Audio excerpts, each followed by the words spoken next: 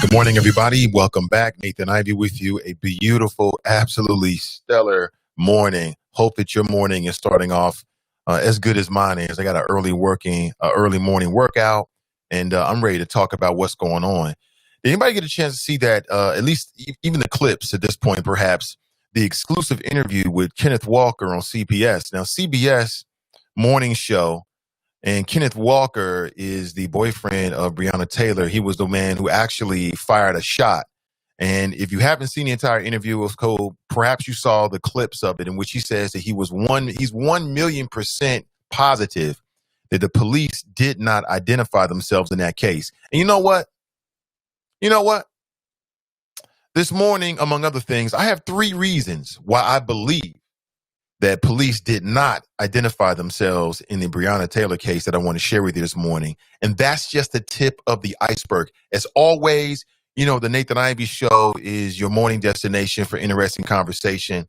And my endeavor is to try to give you as much information as to what's going on in our world, right, from the Black perspective as I can within the last 24-hour time frame. So there's a lot that has happened since the last time we were together.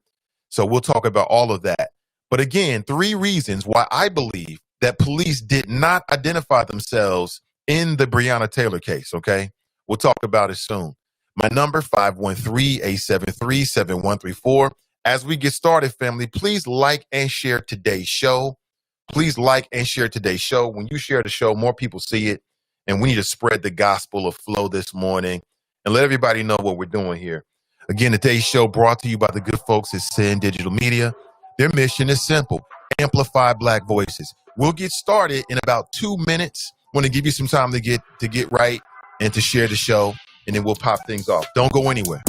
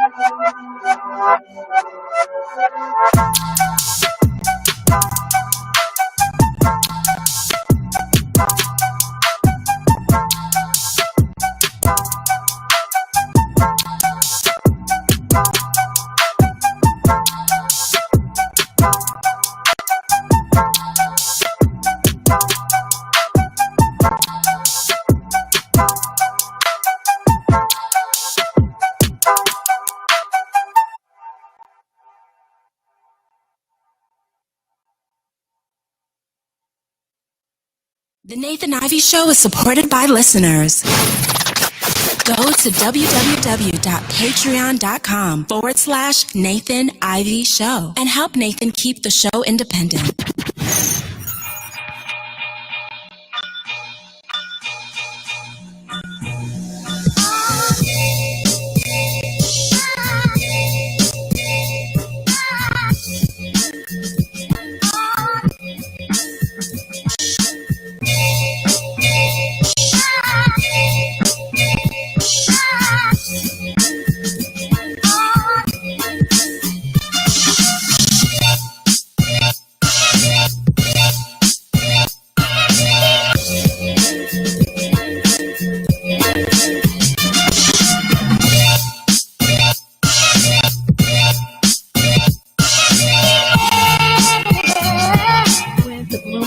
Black Business Report. I'm Donna Wilson. The Gates Foundation gives to HBCUs.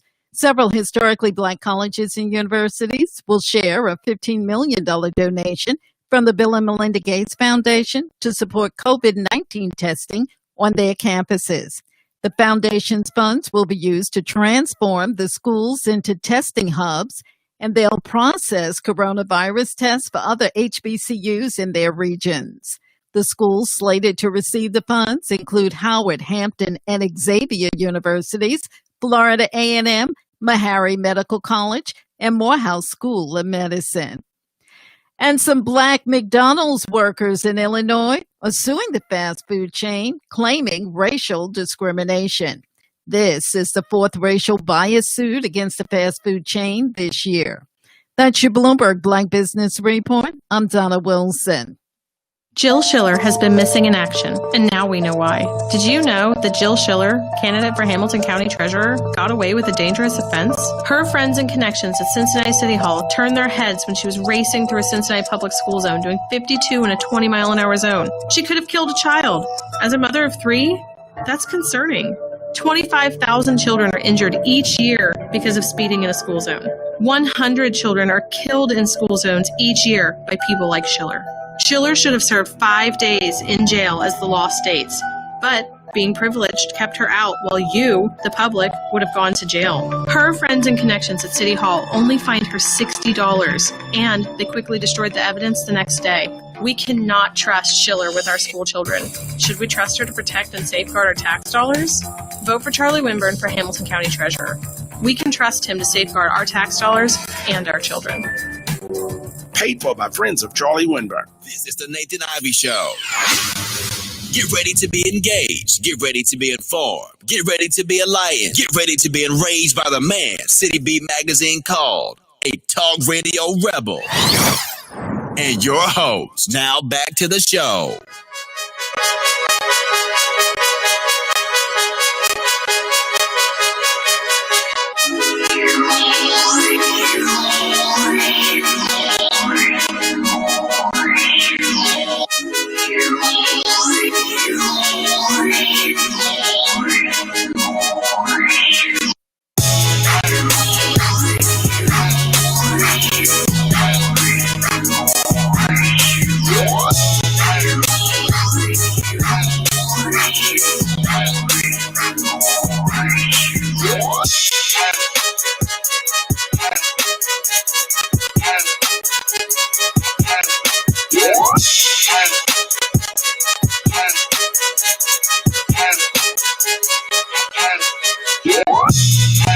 All right, good morning, family. Let's get back into it, man. Hey, good morning, good morning, good morning, good morning, good morning. A few words of affirmation this morning. Everything you can imagine is real.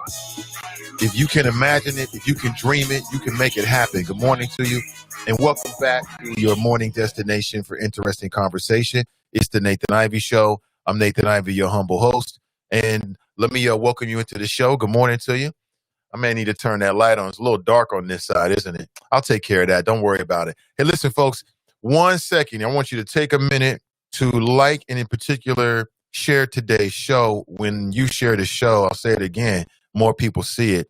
And I want to make sure as many people as possible as they wake up every morning realize that, you know, if you live in the greater Cincinnati area and perhaps beyond, because we talk about issues all over that affect folks all over the globe, that there is a morning destination for interesting conversation. This morning will be no different. That's me. There it is. So I want to make sure that, thank you for the folks who already shared the show this morning. I really appreciate you. Let me get it in myself. It's real simple. I want to share it to every place where I think that there might be people this morning so that they can get into what we have to offer here. I'll make sure I share it to the friends page. And again, if you've seen that someone's already shared it somewhere in a particular page, share it anyway. Share it. What's up, Anthony? Share it anyway. Share it anyway. The multiply effect. I want as many people as possible to see what we have to offer, where we are, what we're doing. It means everything. How was the last 24 hours? Hope you're doing well. Yesterday was a very interesting day. Very interesting day. We had, We had a couple of really interesting podcasts. Of course, yesterday you had the Midday Juice with Ask Ashley. And then later on that evening, Tuesday evening. And again, these podcasts are still up right now. You can check it out for yourself. It was the Valet Service podcast with Fast Pitch. She had a guest on last night. They had what I thought was a very interesting conversation. You should go back and check it out. Being woke versus being Christian. And shout out to a lot of the choppers who were there that morning. Appreciate you. T-Grag writes, but become a patron. He is a patron. Thank you so much. We got to link up, brother, for sure. Make it happen. I am down. Yeah, it was a very interesting conversation. So today's no different. Tomorrow's no different. Let me give you a heads up on what the week will be like. So, of course, you got me, and I'm your daily voice here, the Nathan Ivey Show. And Monday through Friday, 7:30, weekdays, should I say, is what I was trying to get out. We chop it up on people, politics, and pleasure. In particular, black people, black politics, black pleasure. And we're like an undercurrent here in the Cincinnati market that you can find every single day on Facebook. And if you want to access this show, you can also subscribe on Spreaker and tune in as well. And we're also on YouTube. This show is on YouTube. CDM is building out his YouTube channel and his website as well, which will be offering hopefully some things you can get into. I think that you will. What else? Okay, so Tuesdays and Thursdays, you can check out Midday Juice with Ask Ashley. And on Tuesday evenings at 7 p.m., the Valet Service podcast. Of course, on Fridays, Is It Just Me podcast with Donnie B. And she will be back this Friday at 12:30 p.m. You know what I'm saying? For folks that are interested in what she has to offer, very strong opinions, very entertaining as well. As a matter of fact, she and I will be speaking with the superintendent, Laura Mitchell, early next week. I'll give you more details later this show, talking about all of the things that matters to people who are impacted by CPS. All right. If you are a parent of CPS, if you sent your kid back to school yesterday or today and you got comments or concerns and questions, also, if let us know, perhaps we can get your questions in.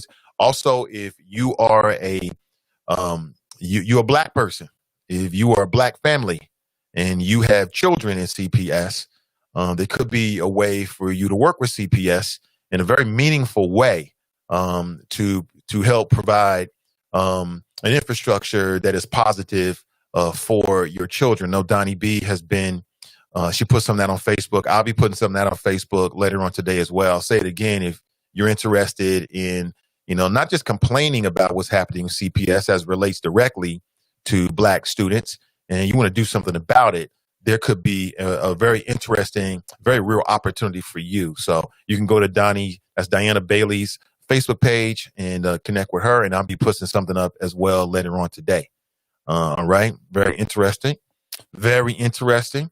Also, a partner, or should I say CDM, Sin Digital Media, partner with Shanghai Imaging. We're looking for an opinionated female relationship podcast host. And I'm going to tell you, this is not like any other relationship podcast you've ever seen before. This is something completely different. And I'm hoping this is something that you can get into. We've actually received a lot of interest in this, but I want to make sure as we whittle it down that I tell as many people as possible. So someone who might be interested.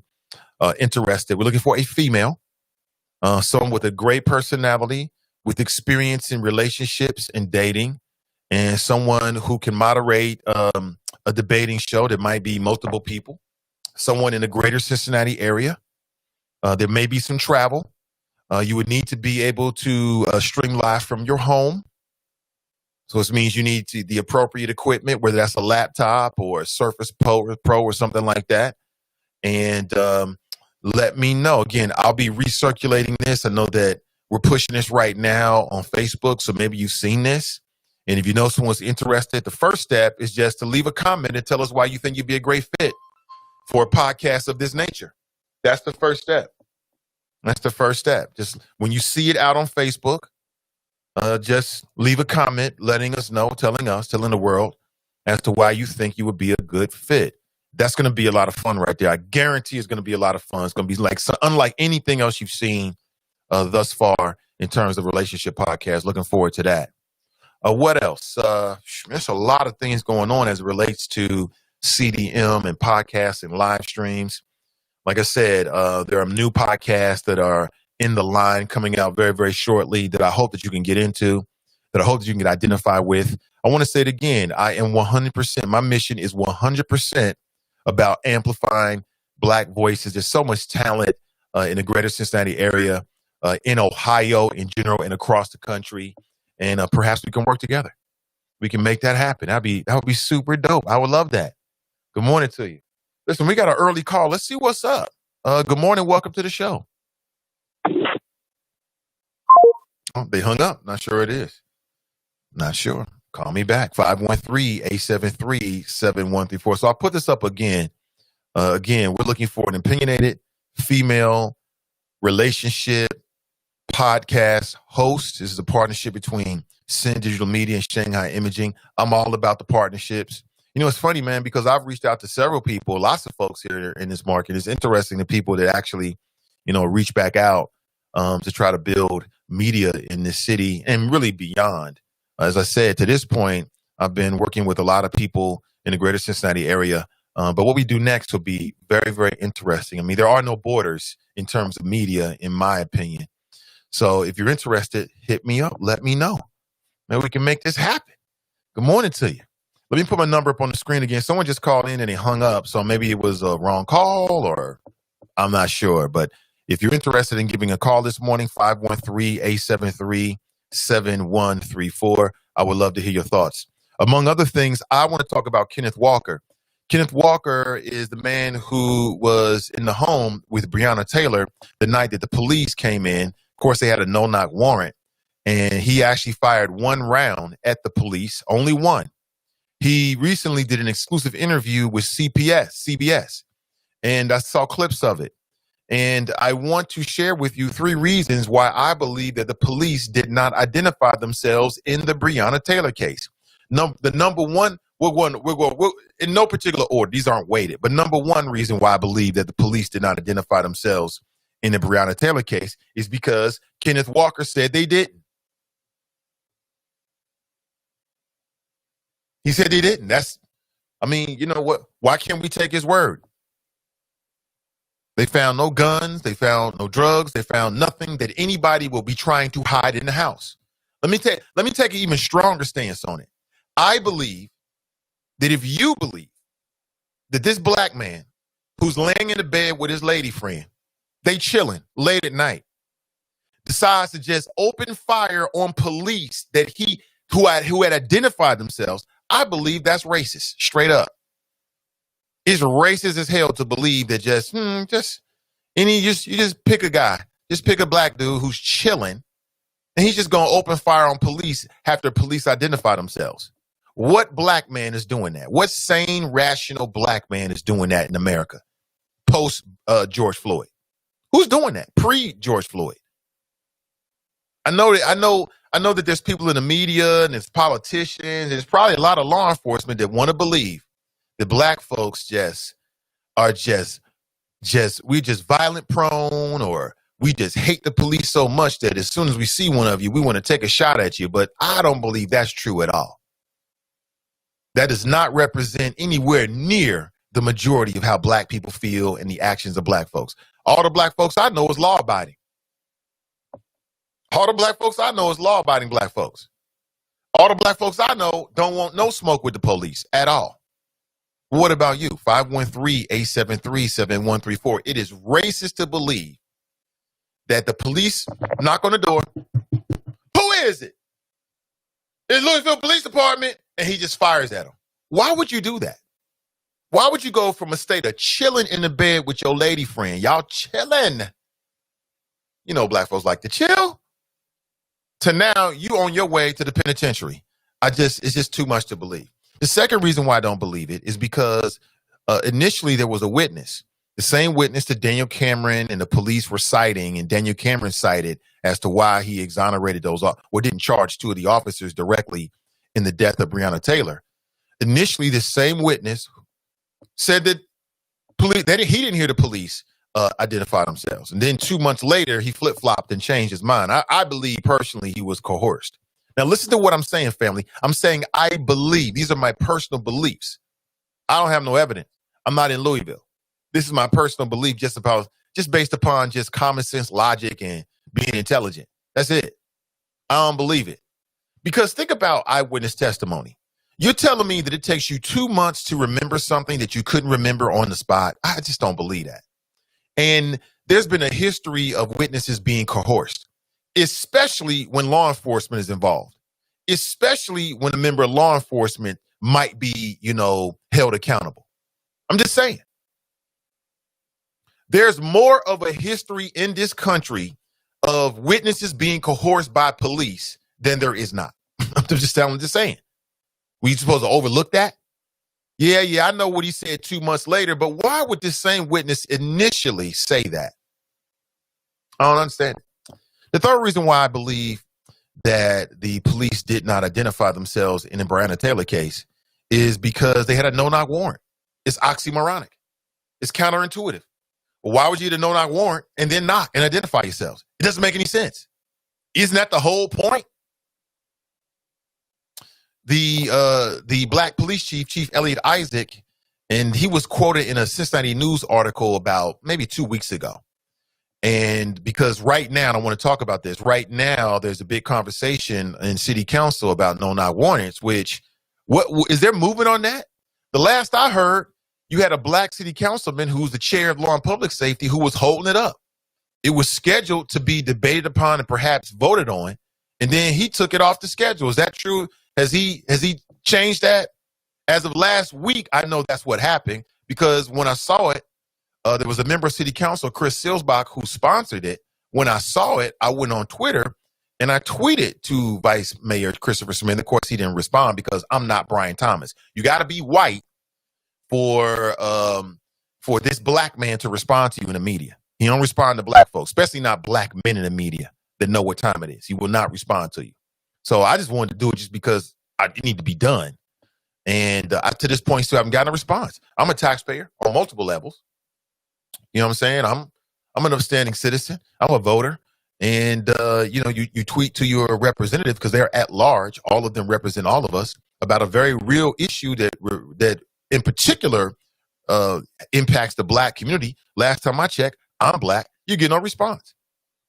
Because I guess if you're in the media, you got to be a white male named Brian Thomas or Willie Cunningham to get a response from Christopher Smith. It's a damn shame. But anyway, so where are they with that in terms of city council? I mean, again, last time I heard it was scheduled, then it was taken off the schedule, and there was a lot of conversation about it. And I don't know. We'll see what happens with that. Again, 513-873-7134. But let me get back to my three reasons. So number one, I don't believe it because just logically, you would have to be racist to believe that black people just open fire on police once they identify themselves. It's just racist. There's no way around it. There's no way around it, people. It's racist to believe that. It's racist. The last thing in the world that a black man wants is smoke with the police. That's the last thing in the world you want. So you want me to believe that he goes from just Netflix and chilling to on his way to maybe perhaps even a lifetime sentence? You know what you get for killing a police officer? I think it's far more plausible that, somebody's banging on your door and you don't realize who it is. Maybe you feel like your life is going to be threatened and then you fire around. That's far more logical to me, in my opinion. Far more logical. Far more logical. It just doesn't compute. Secondly, you got this witness that's flip-flopping back and forth. First, they didn't hear anything. Then 2 months later, all of a sudden, you know what? The police did identify themselves. Come on now. That's very suspicious. Highly suspicious. And then third, again, speaking logically, what's the sense of getting a no-knock warrant and then you identify yourself?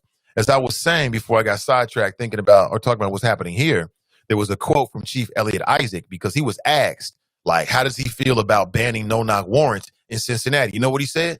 He said that sometimes you need the element of surprise, which would make sense. That's why you get a no-knock warrant. So why would you go get a no-knock warrant and then knock and identify yourself? If you're going to knock and identify yourself, why'd you get a no-knock warrant? Doesn't make sense, do it? All right. Okay, then. I mean, let's get back to the world of common sense and logic here. It just don't make any sense. What's the purpose of getting a no-knock warrant if you're going to knock and identify yourself? Yeah, exactly. Follow me this morning, family. It just don't make sense. I'm sorry. Think about this, man. It doesn't make any sense. Let me see if I can pull this up for you. Because you need to hear this. This is interesting. He sat down with everybody's favorite black CBS morning host, Gayle King. Gayle, let me say her name. Say her name, Gayle King. A lot of y'all went nuts after she was asking, what was it, Lisa Leslie, I think it was, some question about Kobe Bryant. Oh, why is she doing this with black men? Where's Oprah? Y'all dragged Oprah into it. I'm like, wait a minute. From a media perspective, she's doing her job. She's asking questions. Oh, we ain't supposed to talk about that time when Kobe raped that woman in Colorado? Yeah, I said it. Oh, we ain't supposed to talk about that no more, huh? Man, please. It's all relevant. And Snoop Dogg lost his mind. He lost his mind calling her the B word. I'm like, damn, Snoop. Chill, bro. Damn. Weren't you just on the beach with the Seagrams? Chill out, man. Chill, bro. Chill. People lost their minds over Gayle King. Gayle King is doing a great job. Keep doing your job, Gayle.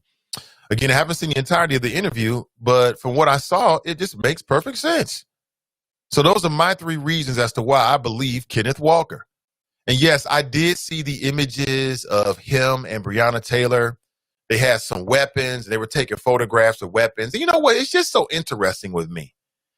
Like, white people take photographs with weapons all the time. I see them, and they be on the range with their kids, and they got the American flag in the background. I guess that's the difference. I guess, like, if you got the stars and bars or the red, white, and blue somewhere in the image, that softens the blow. That makes it more patriotic. I've seen all kind of image of the good old boys, the proud boys, and all the boys with photographs with their weapons, and that's just Second Amendment rights. We just Second Amendment freedom fighters. But when black people do it, all of a sudden, you got to automatically be a criminal. When did it become a crime to take a photograph with a firearm? Was that a crime now? It's just that mental slavery. That's what they got some of us. There's some black folks out there like, oh boy, that looks bad. They took a photograph, Bonnie and Clyde style. Now remember, Bonnie and Clyde were white. Remember that. You know what I'm saying? But I saw the images. I didn't see no problem with it. I saw no problem with it whatsoever. So what? Now, I don't suggest that you do that. That wouldn't be my number one suggestion. Okay. Hey, good morning, everybody. But it is what it is. I don't think that automatically makes you a criminal. And listen, folks, take a second to like and share today's show. And wherever you might be on Facebook, share the show with your friends and your family members this morning as we get started. All right. Let them know about the Nathan Ivey Show and Sin Digital Media. Good morning, everybody. Let me start inside the Chop Shop with Ashley. Ashley writes, good morning, Nathan and the Choppers. Good morning to you. Clue Magic writes, Grand Risings, Nathan and the Choppers. Pat writes, good morning. Tracy writes, hi. Pale Robeson.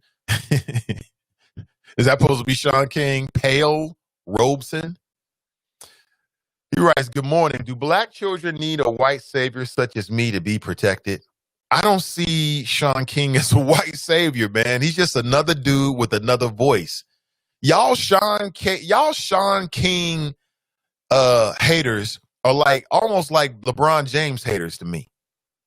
You know what I'm saying?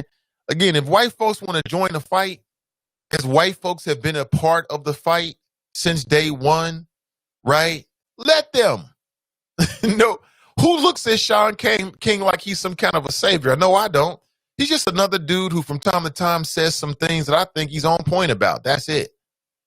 So whether it's Sean King or Colin Kaepernick, if y'all want to get on the right side of history, then come on, get on the right side of history, period. It's simple as that, man. It's that simple. Leave Sean King alone. Let that man keep doing what he's doing. Every time he do something, y'all black Twitter buzzards are ready to pick the bones. Oh, he put out a tweet on the same day that somebody got killed. I'm like, and? Big deal. We got an early phone call. Let's take it. 513-873-7134 this morning if you want to share your thoughts. Hey, good morning, caller, and welcome to the show. Good morning, Nathan. How are you doing today? I'm doing great. Welcome. Fame, or is it Pale Robeson? Oh, it's Rothstein, Fame Rothstein. Fame Rothstein. Okay. I don't What's know. up, Fame? I don't know who's doing that Pale Robeson. I saw that. I don't know who's doing that. But Oh, that's not you? I can't believe. No. Oh, okay. I can't believe what my ears just heard me. Just heard. Really? You just put Sean King and LeBron James in the same sentence? No. Well, yeah, I you did compare them too. I didn't compare you them did. to. No. You yes compare, and no. You yes said, and no. You said you Sean King haters are like LeBron haters. No need to get loud, brother. How dare you? But let me just clarify, and I'll give you the floor. So to answer your Nathan, question in turn, yes, then no. I did put them in the same sentence. I'm not comparing them. I'm comparing their haters. The floor is yours. You should have never even put him in there. He don't belong in the same sentence as LeBron. Sean King is a Bia. He don't belong in the same sentence as LeBron. How dare you? Don't diss our brother like that.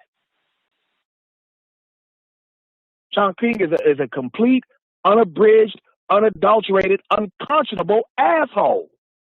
Pardon me, children. Now, I didn't watch the Gayle King interview because I had no interest in it. I don't appreciate this Kenny Walker guy going out in front of a national media pretending to be some type of victim. You just fall back. Nobody feels sorry for you, dude. You just fall back and you need to just get out of the limelight. Let Breonna's family handle that. You're not a victim. And on some level, some people will think that you're part of the reason she's dead. You sit your ass down somewhere and just be quiet. Nobody wants to hear from you, dude. We don't care about your story. So just fall back and let her family handle that. You go find your life's work somewhere else because it's not being involved in this case. Okay. Can you refresh my memory real quick, brother? Can I what? Can you refresh my memory real quick? Has he been charged with any crime? He was never charged with anything. He was charged and they dropped it. He was charged with attempted murder on a cop and they dropped it or whatever because he blasted back or whatever. But then, at the same time, I don't care to hear from this punk. So was he in the home? Nothing you've got to say. I got two more questions. Was he in the home when the police opened fire or returned fire? I don't know. I wasn't there. Okay. And did he lose somebody that was close to him that night? I don't know. I don't know the parameters of the relationship. Well, Breonna Taylor died, didn't she? For that, he could have been there just for that night. I'm just saying she died, right? So he lost somebody that was close to him. That don't mean she was close to him. Sounds like a victim to me, bro. That's the point I'm trying to get at. You're going all the way around the world to go across the street. Doesn't he have a $10 million lawsuit right now against the city of Louisville? He ain't going to win. Sounds like a victim to me, brother. They ain't going to settle with that boy. Sounds like a victim to me. I think he's trying to make himself a victim. Everybody wants to be a victim. That's the error we're in. Okay, that's the thing behind social media. Everybody's a victim. My dad was 90 and had cancer and he just passed. Please feel sorry for me. No, the brother lived a full life. I'm sorry that you lost a parent. We all, feel bad when our parents died, but he was 90. He lived a full life. I'll extend you basic condolences. I'm not sending a prayer for you and your family. That's social media. That's what people do on social media, things like that. Okay? But I do have a real question. Sure. For you, sir, if it's okay. Yeah. And please, I am not questioning your business practices or your company or anything, but sure. I'm just curious as to why is it all females? I mean, on some level, it comes off as sycophantic. Why is what all female? All your the people that you're looking for. Well, I mean, I take people as they come. Now, in terms of male hosts, I am working with black men as well to develop projects. So you'll hear male voices, but I take them as they come, man. Oh, I mean, I just don't understand why would you specifically want a black female for a relationship? Oh, you talking about that? You know, you talking about that show? Me personally, if I were you, I would look for a black male and a black female to co-host the show. Oh, really? Okay, I'll think about that. So they can bounce off of each other as opposed to just one female, because she'll probably be like Jerry Tolliver. Once somebody start tapping that ass and getting up in her. What about the kids, with man? An opinion Remember the kids. Remember the kids. Once somebody start really cracking her egg, getting up in her with an opinion she can't handle, she'll hang up. Oh, is that your opinion? Jerry Tolliver used to do. Did she ever hang up on you? Don't say Jerry Tolliver didn't do. Hell yeah. Oh, I see. It's personal. About an event I witnessed. I'm like, I'm sitting here telling you about it. I was there. Sounds personal. You know, Jerry Tolliver's known for that. I love Jerry Tolliver. Every time I see her, I'll show her love. But as a talk show host, she might have been a great program director, but as a talk show host, she did not like opinions that were adverse to hers. Well, she's not really doing a talk show host right now. So why are we talking about her? On you quick. Huh? Well, I mean, I hear what you're saying, man, but to be honest with you, that's all I'm saying. I hear what you're saying, but I think your criticism is misplaced because I know plenty of black male talk show hosts that'll hang up on you quick too. I've witnessed it firsthand. In the city. What are you talking about? I'm just telling you. I mean, through my career in radio, black radio, I've witnessed with my own eyes black male talk show hosts with a real quick trigger.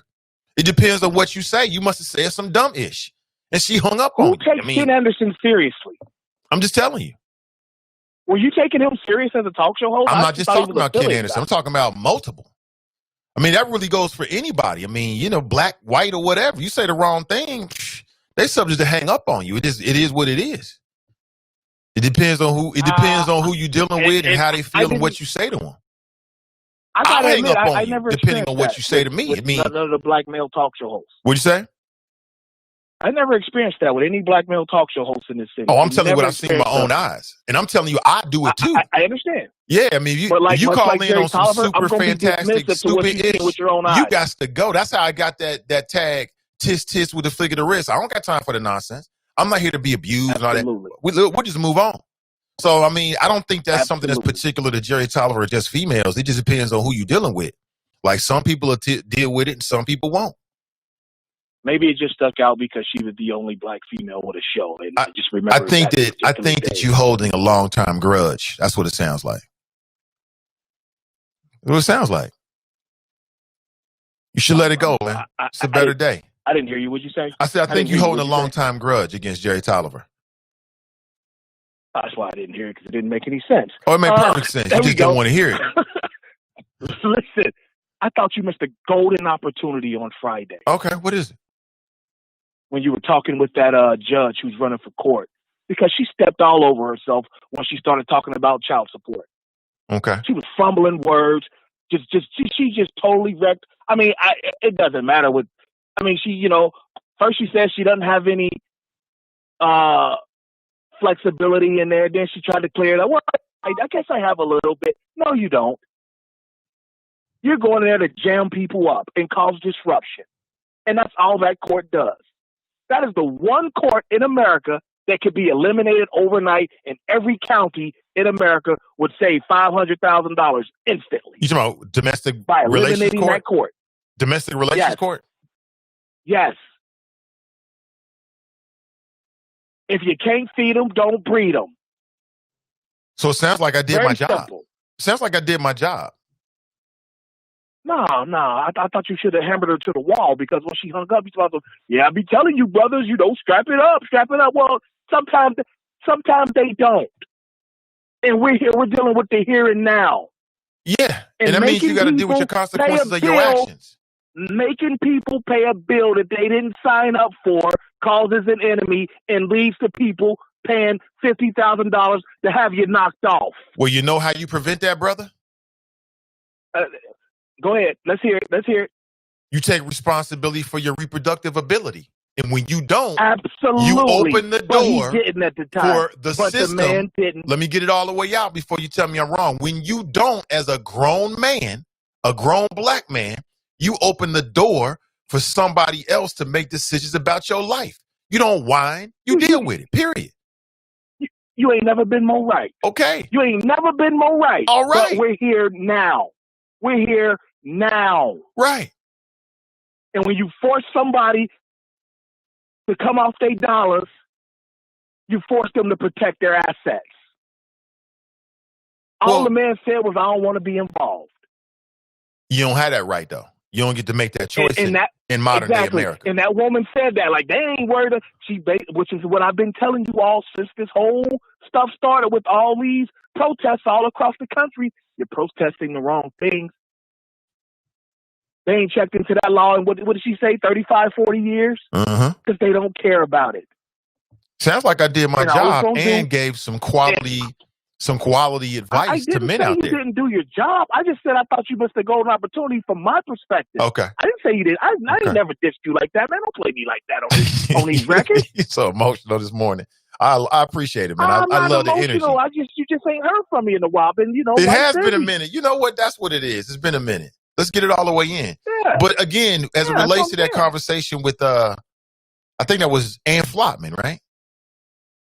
Whoever her name is. Yeah, I think it was Ann. I did my job. My job is to create the platform, ask the questions, you decide. It sounds like you're not going to vote for her. I'm just saying, it sounds like you're not going to vote for her. Is that correct? Nobody. Is that correct? I'm not going to vote for nobody. Okay, so you're not going to vote for her. And then in terms of what I said to men out there, what you got to understand is there's brothers that's listening that's in all stages of it. So true, there's some brothers that already have children and maybe they regret their fathers and they regret it. But there's a lot of brothers out there who may not have gone through that process. So my advice was geared toward them. Hey, look, bro, before you end up at 800 Broadway, you have all the control. So use it. In the immortal words of Drop Squad 52, Mr. Ivey, I don't understand why you keep saying I feel like I've never insulted you in your radio acumen, interviewing prowess. I've never insulted that. I don't know why you keep saying I did my job. That's not what I'm talking about. Okay, I didn't just say that. You should have hammered her a little bit. I just thought you should have brought that up a little bit stronger. And I didn't say you didn't ask the right questions or whatnot. Okay. Come on, man. Don't try to play me on these records. Listen, I accept your critique, brother. I really do. Appreciate it. I guess you just weren't in a place to call in that morning. Or maybe, I didn't see your comment until maybe after. Maybe I missed your comment because I definitely would have put it out there had I read it. But I appreciate it. No. I was totally incapacitated. I couldn't do anything. I could only pretty much just listen that morning for the past couple weeks, really. But yeah, man. Again, that law needs to be addressed. A man should have it protects women. At the end of the day, it protects women. Listen, you already know I agree with you on this. But I think two things can be true at the same time. Somebody I know says that a lot. Like, I agree with you. And we've had this conversation. I think that men should have the ability to relinquish their parental rights. I believe that. At the same time, you as a man have to take responsibility of your reproductive abilities. And if you don't, you open the door for people like Ann Flotman and whoever else is a magistrate at 800 Broadway to have sway over your dollars. You know who you sound like when you say that? Nathan, you sound like people who, you sound like people who say, well, if you just behave when the cops come, they won't shoot you black Nothing ass. like that. That's what that sounds like. I don't sound nothing like that. You sound like people that were saying, Sandra Bland, just put out the damn cigarette. I don't sound nothing like that. Now, you may hear that. Yes, you do. And I respect that that's what you're hearing, brother, but I don't sound anything like that. We have to accept the responsibility of our actions, Nathan, as what you just said. Yeah. As it relates to having children and reproducing, as a man, you should take responsibility of your reproductive ability from the jump. All the belly aching afterward is just that.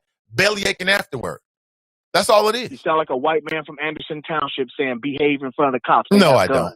But I digress. No, I don't. Hey, Nathan, man, it's been real. It has been fun. real. We should do this again sometime. Don't you agree? How about tomorrow?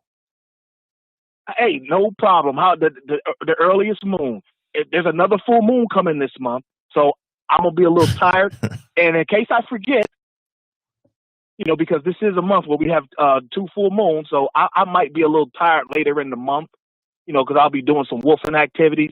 But in case I forget, do you know what Friday, October 16th, is the 2-year anniversary of? No. Refresh my memory. The day you said, will somebody help me with the alt middle dudes? They too vicious. Okay, before you roll, I want to make sure I 2 say years this ago, October to you. 16th, you said that. Yeah, okay, great. That's cool. We should have a party, like a virtual party about it. But I want to make sure I say this to you. To me, brother, you coming across as a man who wants to have your cake and eat it too. You want to pop these kids out here and then be irresponsible about it. I'm just saying, I just feel like ultimately as a man, you got to take control over your own destiny and not bellyache and cry about it once you bring a kid into this world and you don't want to deal with it. I think that's wrong. Given that I am not running for public office or selling you anything, if you feel that way about me, I don't feel a need to try to change your opinion of me. Right. I'm just saying, I'm tired of seeing brothers walk out of court crying, hey, you don't know which sperm's going to be the lucky one that gets to live on. Well, somebody's got to tell those brothers to be more responsible, period. And how about the law just back the hell out of the bedroom? Wouldn't that be more simpler? No, it wouldn't be. It would be more simpler for a man to take control over his own destiny and not cry and whine and blame other people afterward. Or you could tell women to stop being such whores and letting a man slide in the wall. No. Oh, we're two men. We are two black men. Why you so doing? We are two black men, sir. Two to tango. We are two black men talking from a black male perspective. Okay, we talking as black men to black men, and in that way, what I'm telling black men is take control over your own life. Period. It ain't about what she do. It's not about what Ann Flopman's going to do at 800 Broadway. It's about what you do in the moment. Grow the hell up. Period. That's fine. That's fine. You can. That's one way of looking at it, as you say. That's the only way of looking at it. There is no other way of looking at it, brother. We can't have a dialogue if everything I say you're going to dismiss, sir. I mean, you got to say something that makes sense, man. I mean. What you're doing is you making black men look bad right now. I don't like it. I'm gonna be honest with you. I'm not making black men look bad. I'm making black men look like we have choices too. We have choices too. You understand me? That's what I'm trying to tell you. You've got 4 choices as a woman. You've got 4 choices as a woman. Have it. Have it and leave him alone. Abort it. Put it up for adoption. Or you can take the nuclear route, take him to court, and create an enemy. And that'll usually get you boxed for about 50 grand. I'm trying to protect women. I don't know what the hell you doing. It's been real. I had fun. So did I. I'm trying to give black men the keys to their own kingdom. That's what I'm trying to do. And I stand by that. It's not about what the courts are going to do. It's not about what she's going to do. You have ultimate control over your body. Use it. Period. All that belly aching, all that Ray Caruth belly aching afterward is just that. It's belly aching afterward. That's all it is. Nobody wants to hear it. You can tear, you can cry me a river. You got a child. We don't want to hear it, bro. Because you weren't crying when you was hitting that climax, was you? Nope. You don't want to have no kids? Here's what you do. You have a vasectomy. That's what you do. And you freeze your sperm. And then that way you can decide as to who you procreate with. Here's the other thing you can do is you don't have sex. Wait until you get married to have sex. That way you make sure that you are with the kind of woman that you want to spend the rest of your life with and you want to have children with. Real simple. There is no other way around it, bro. That's as simple as that. I don't give a damn what the woman is doing. That's a whole separate conversation. Men have to be responsible for men, period. Period. There is no equivocation on that. There's nothing to talk about. A man has to be a man. You have to be responsible. And if you're not, you open the door for somebody else to make decisions about your life. And that's just the way it goes. It's just the way it goes. There's no way around that. Tell me I'm wrong. All this bellyache, you're going to make an enemy. Well, you're going to have a lifelong enemy that she getting a piece of that check for the rest of your life. I mean, that's what you decide to do. I don't got no sympathy for you. I don't have no tears for you. I'm not going to hold your hand. I'm not going to court with you. You going to go down there and you going to deal with it. And then you going to deal with the child support order. And you're going to have to stand in front of probably a white magistrate. And they're going to judge you and look at you. If you don't want to be down there, I just told you what to do. Do it or don't do it. It's simple as that. Simple as that. Tell me I'm wrong. That's it. There's nothing more to the conversation. It's just that. You got all the control in the world. You give it up. Then you want to bellyache about not having control. Well, why'd you give it up?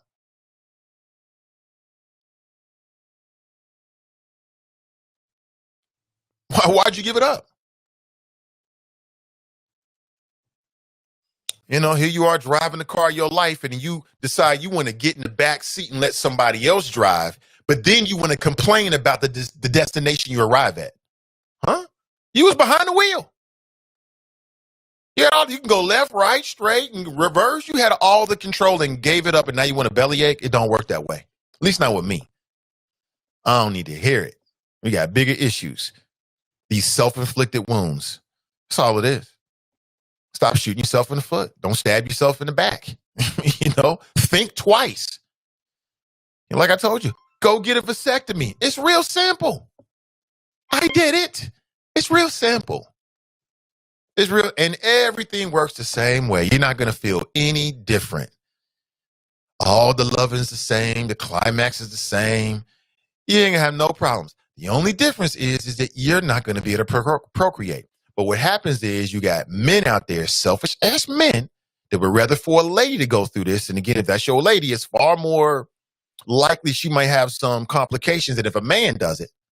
Because you got some selfish ass man babies out there. 35 going on 16, run around here acting like children. I don't got no remorse for you. What you want me to do? Go to court with you? No, I'm not going to court with you. And what I'm telling you is what I'm going to tell my son. That's what I'm going to tell him, the same thing. Like, you about to be a father. Get ready.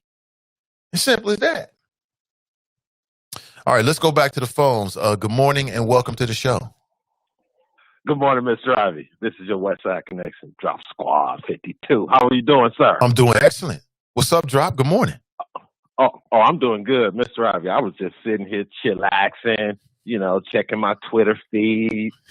Got you up on YouTube, listening to the audio. Appreciate it. And Mr. Ivey, yeah, I got to give a shout out to the all-middle, Faye Rothstein, a.k.a. Mr. A.K.A., because Mr. Ivey, he said something in that conversation with you that was 100%. How is what the advice that you just gave to these young black men out here who choose to engage in intercourse with women who don't see their future, let alone the man they getting ready to have intercourse, their future, and allowing them to run up in them raw? The advice you gave those young men is the same advice you would give your son when they deal with law enforcement. Mr. Ivey, how is that not the same? I don't see the correlation. How is it? Okay. Well, Mr. Ivey, I can go back and play the tape, what you just said. I know what I just said, but I don't understand. I just refute that there's some type of correlation between the two. I don't see it. Can you explain it to me, like how they're a contradiction? Okay, like you said about young men who choose to engage in unprotected sex with women.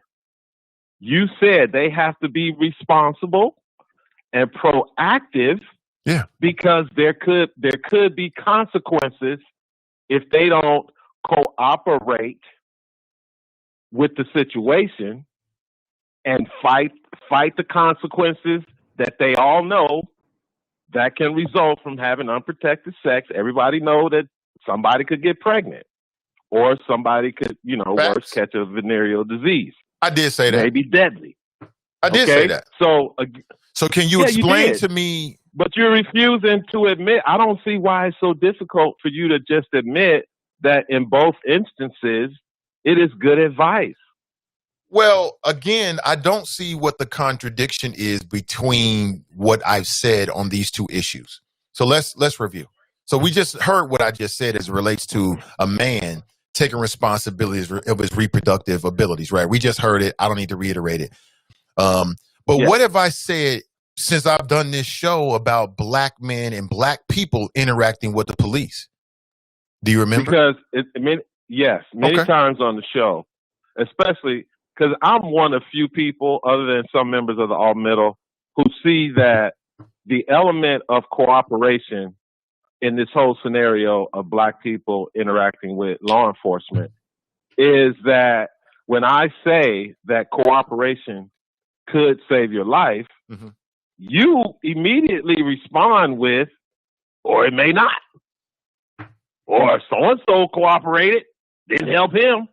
Yeah, his name is Philando Castile. But that's the only one that you've ever cited as a person who cooperated and it resulted in his death. He's the only one. I could Google a quick list for you. There are multiple. No, see, there you go, Mr. Host. That ain't what I'm talking about. I'm talking about giving sound advice to young black men in this country. The consistency is not there within our community. Yes, well, I can't speak for the. I'm sorry. Go ahead, Drop. I don't want to talk over you, brother. Get your flows in.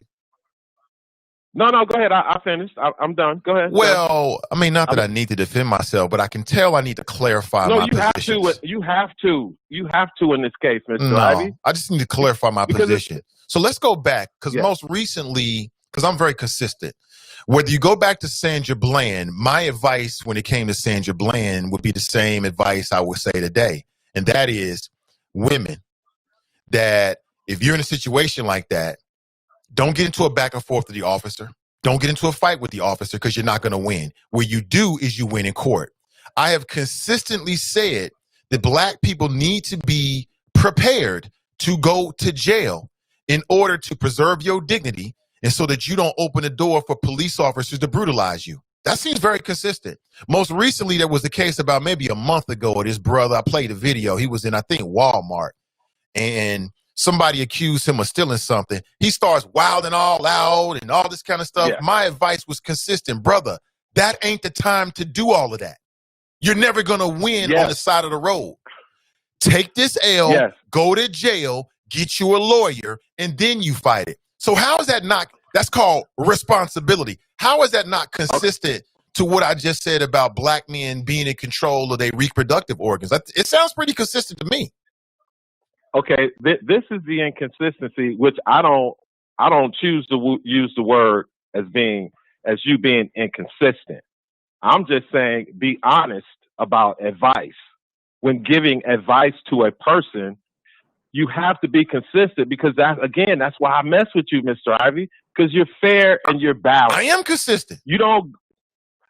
No, I'm saying for you to say that giving advice to protect yourself during intercourse is not the same as cooperating with the police, i.e. protecting yourself, so you increase your chances of walking away, not going to jail, not getting beat, or possibly not getting killed. For you to immediately say, "Oh, no, there's no consistency." No. Now you switching the argument. Now you switching the argument. I'm not. Yes, you are. I did? Yeah, you switched the argument. It would be better for you to say, Nate, maybe I heard you wrong, or I misremember your stance when it came to these brothers and interacting with police. That would be probably be more on point. Okay, Mr. Ivey, a couple of weeks ago, you actually showed, I think it was 3 videos, either in 2 days or 1 day. Mm-hmm. You showed one video of a young black lady who was not cooperating, got hogtied, and was in the back of a police car on her face on the floorboard for 20 minutes. Then you showed a video of a young black shoe store executive who got stopped for jaywalking.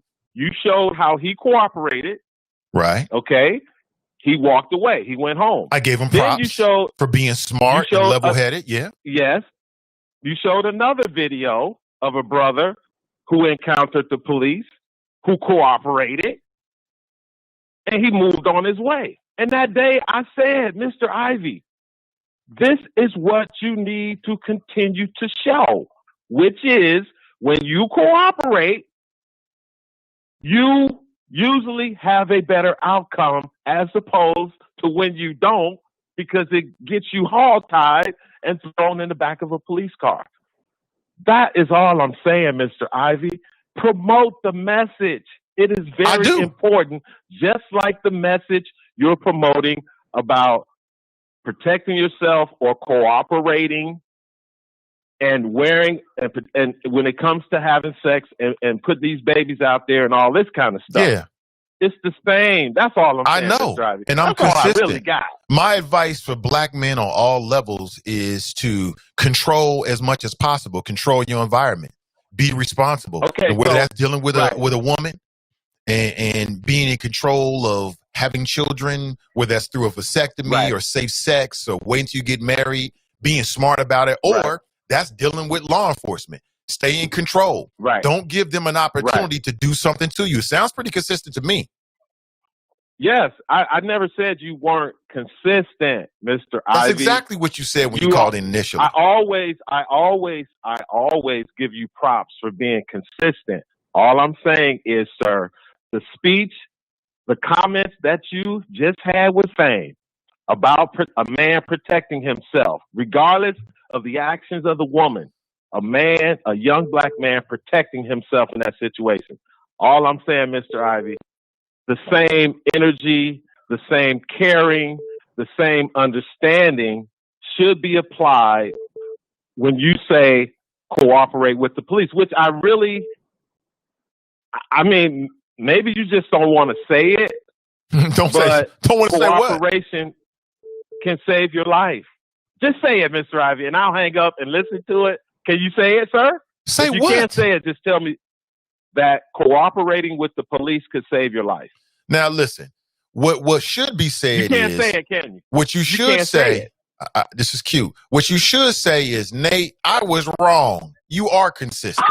That's what you should say. You didn't try to twist this all around and turn it all around, and now you want me to say something after you called in and accused me not being consistent. Then I had to re-clarify my position, so now we know I'm consistent. Now you want me to say something. That's where we start with. The first person who should say something is you. Nate, I must have misremembered your take. Or that's where we should start if we're going to be saying something. Because I'm consistent, bro. I'll say it again. Okay. Black people, Yes.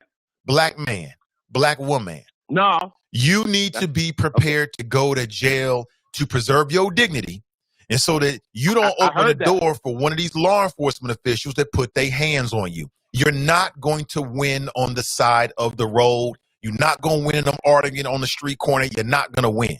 You might have to go to jail. You might have to get processed to preserve your dignity so you can preserve your court case and then get your justice. That's what I will reiterate my position on that.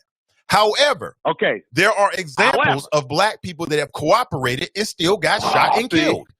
Two things can be true at the same time, Drop.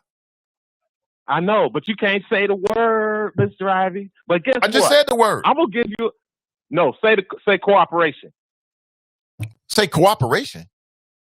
Yes, say cooperating with the police could save your life. That's all. Make it a public service announcement.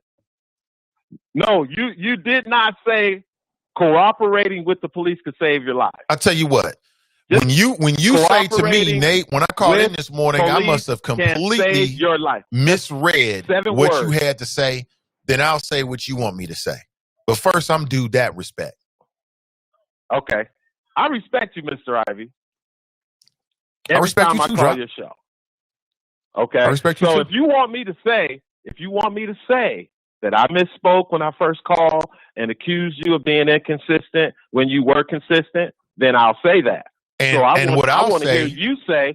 And what I'll say is being smart as you make moves in this world as a black man or woman is what you should do. Whether that's interacting with a woman or interacting with law enforcement, you got to be smart about the moves you make. Okay. That's consistent. Well, this is the Nathan Ivey Show. It is not the Drop Squad 52 show. It is when you call in. If it was, you already take over the show every time you call in, bro. I'm okay with it, though. I appreciate the input. Mr. Ivey, it is no way that I could compete with a professional of your status. Mr. Ivey, there's no way I could talk for 3 hours. Some people actually think that what you do is easy. Glenn from Nathan. But Mr. Ivey, I have much respect Glenn's done for you, radio sir. before. He knows what it is. He ain't never done no 3-hour show. Don't let that boy lie to you. I don't know if he has or not. I can't tell. I just know he's done radio. Mr. Ivey, even if you go to my Spreaker page, I got clips on there. What? I'm going to have to check that out. Yes. Go to my Spreaker. It's from my early days when I was on YouTube. What? I mean, I'm telling you, Mr. Ivey. I got to check that out, Go back and look at those videos. You got audio, everything. I was a rookie. I didn't know what the hell I was doing, but I was out there putting out content. So Glenn from Mason, don't even think you could do what Nathan Ivey does. Oh, I'm sure he could. All you are is a caller, and that's all you'll ever be. Drop Squad 52. And a shout out to the valet service. Do your thing, fast pitch. Peace out, choppers. Man. Yeah, shout out to Fast Pitch. A strong show. I think very highly of what she's doing, her talents, and look for more from that. Something in the evening. We need that. We need some more evening entertainment, infotainment. Let me go back to the phones and say good morning and welcome to the show. Good morning, Mr. Ivey. How you doing? I'm doing great. Brother. What's your name? Who am I speaking with? It's Ballhead. How you doing? Hey, what's up, Ballhead? Welcome, man. You well, I just wanted to call. You know, I don't call in too much. I'm mostly a listener, and I share and make a few comments. But this morning's discussion kind of touched me a little bit with the child support situation and this and that. First of all, I want to say you were right. You know, men need to stand up and take responsibility for their own actions. You know, that's just the bottom line. You don't want to have kids. Protect yourself. You know, that's all it is to it. And you're talking to a man who has children by multiple women. You know, I went through a lot. You know, dealing with this child support system, and you know, us men, we have to know our rights when we go into that to see that magistrator. You can get a lawyer to go in and speak on your behalf. You know, you have to know the system when you go in there. I moped around, like you said, for years and got caught up on that child support system. But I'm going to tell brother something. There's nothing stopping you from bettering yourself. Nothing. You can better yourself.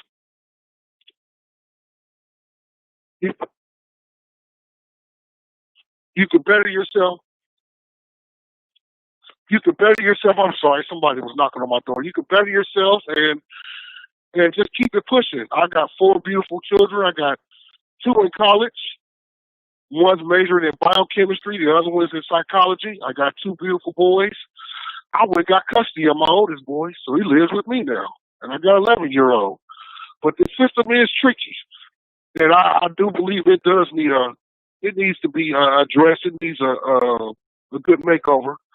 It really does. I think it favors the mother more than it does the father, so to speak. But as men, we gotta, you know, man up. That's all you can do.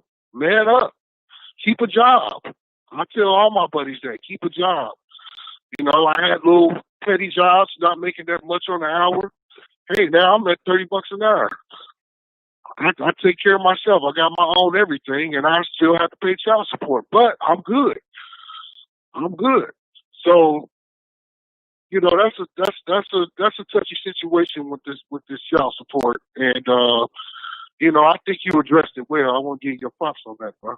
Appreciate you, Ballhead. Yeah, man, because you got control. We got to let men know you have control over your life. Don't give it up. That's very true. Yeah, you might have to say no to the ill nana. She might be trying to throw it at you, but you might have to say no to it, even though you want it, because sometimes you can just tell, like, not with this one, not with this one. Right. We got to have that kind of self-discipline when it comes to sex. Right. You know, my mother used to tell me, hey, you know, everything that looked good to you ain't good for you.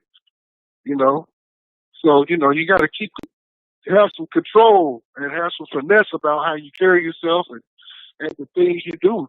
You know, I tell my son that all the time. You know, you have to, you know, any type of questions you want to ask about that, because, you know, he's 16, you know, these 60-year-olds, they smelling themselves, you know. You know, they're looking at girls, they wondering what's, you know, what's this and what's that, and, you know. And I tell him, man, you don't want to get caught up. You don't want to get caught up. Make good decisions. But at the same time, you know, I'm going to tell guys this. It's not the end of the world. Love your children. Love them. Love them. Support them. Support them, because I'm telling you, man, that goes a long way. I'm not going to lie to you. I wasted time moping around because they were sinking all my money.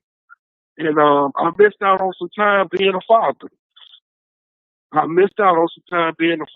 But the thing about it is I got it together. And realized that, hey, this is what I need to do. You know, ain't nobody going to hold my hand. Ain't nobody going to take care of me. Ain't nobody going to take care of them but me. And this is my responsibility, you know. But, yes, I do think that the system does need an overhaul, you know. And I was listening to the judge that called in Friday, and, you know, I don't know what men was expecting her to say about the child support system, but it is what it is. It's cut and dry. That's all it is. It's cut and dry, you know. So yeah, you hit the nail on the head with that, you know.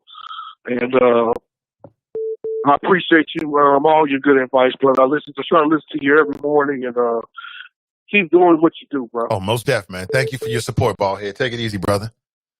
Appreciate him. Yeah, I appreciate his honesty, man. No judgments. No judgment zone. We just being real. No judgments. Appreciate him. There was a 908 number that just called in. Please call me back and I'll try to get you on. Again, I'm a one-man operation at this point. There was a 344 number. Just call me back. I'll try to get you on. That 908 number was first. I don't want to cold call you because I'm not really sure what the circumstance is that you might be in, but I'll put you straight on. Yeah, I mean, they don't give a damn about you down there either. And multiple things can be true at the same time. Does the system need an overhaul? True. Does it favor the mother? Yes, only in as much as the mother is usually the custodial parent. The system favors the parent that has custody of the child. That's how it works. What I tell men is you find in a situation, you got to man up. You got to deal with it front hand. Don't run from that child support issue. You got to call them. Let them know who you are. If you change your employment, let them know the day it changes, the hour that you lose your job. The first person you should be calling is not your lady. Don't call your mama. If you got a child support order, you better call child support and let them know immediately. Turn them folks into your best friend. That's how you got to work it. You got to work the system. Let them know you ain't running from it, because if you do, they're going to make your life a living hell. Don't do that. Be real about it. Take control of it. And you have a better experience. The money coming out whether you want it to or not. Now, you're going to have to get ready for that. The money coming out. It is what it is. But like I tell dudes, like, listen, man, you might have to turn down some ill nana that's just on a platter for you. Just a buffet. It's all you got to do is just reach out and grab it. And it's right there for you and you want it. But if you got that feeling like, oh, this ain't going to go right, if something go, then don't do it. Don't do it. Simple as that. If she ain't the kind of woman you want to be involved with the rest of your life, and she got your child, then don't have sex with her. It's just that simple. It's that simple. It's hard. It's easy because I'm married now. I'm way past them days, but I understand. Trust me, in the heat of the moment, believe me, I completely understand. But that's what you got to do. I'm just keeping it real with you. Some tough love this morning. Hey, good morning. Welcome to the show. Good morning, Nathan. Hey, good morning. This is Philosophy. I felt the need to call when he called women whores. I felt the need to call because I am a single mom. And before I ever had a daughter, I had 3 sons. And so I was with my children's father for a long time.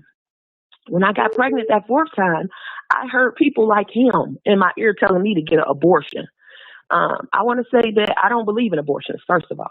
But I heard people telling me to get an abortion, and so at that time I was considering getting an abortion.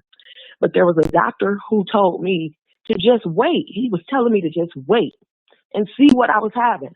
And so it might sound cruel, but I was waiting to see, was I having another son? And it ended up being my daughter, who is the daughter that anybody would want to have, okay? And so I'm calling in because, people may have thought of me how he's speaking, saying that women are whores. And when I had that daughter, had I had an abortion with that daughter, my daughter would not be an honor student. She would not be a scholar. We wouldn't have this scholar here in our family. We wouldn't have a girl who came from Cincinnati, Ohio to Colorado and beat out over 360 applicants for a position to be an intern at the Children's Colorado Hospital. We wouldn't have this person. So, this is something that we are waiting on in my entire family to see what this greatness is. And she could have been aborted. So I just want to speak about that.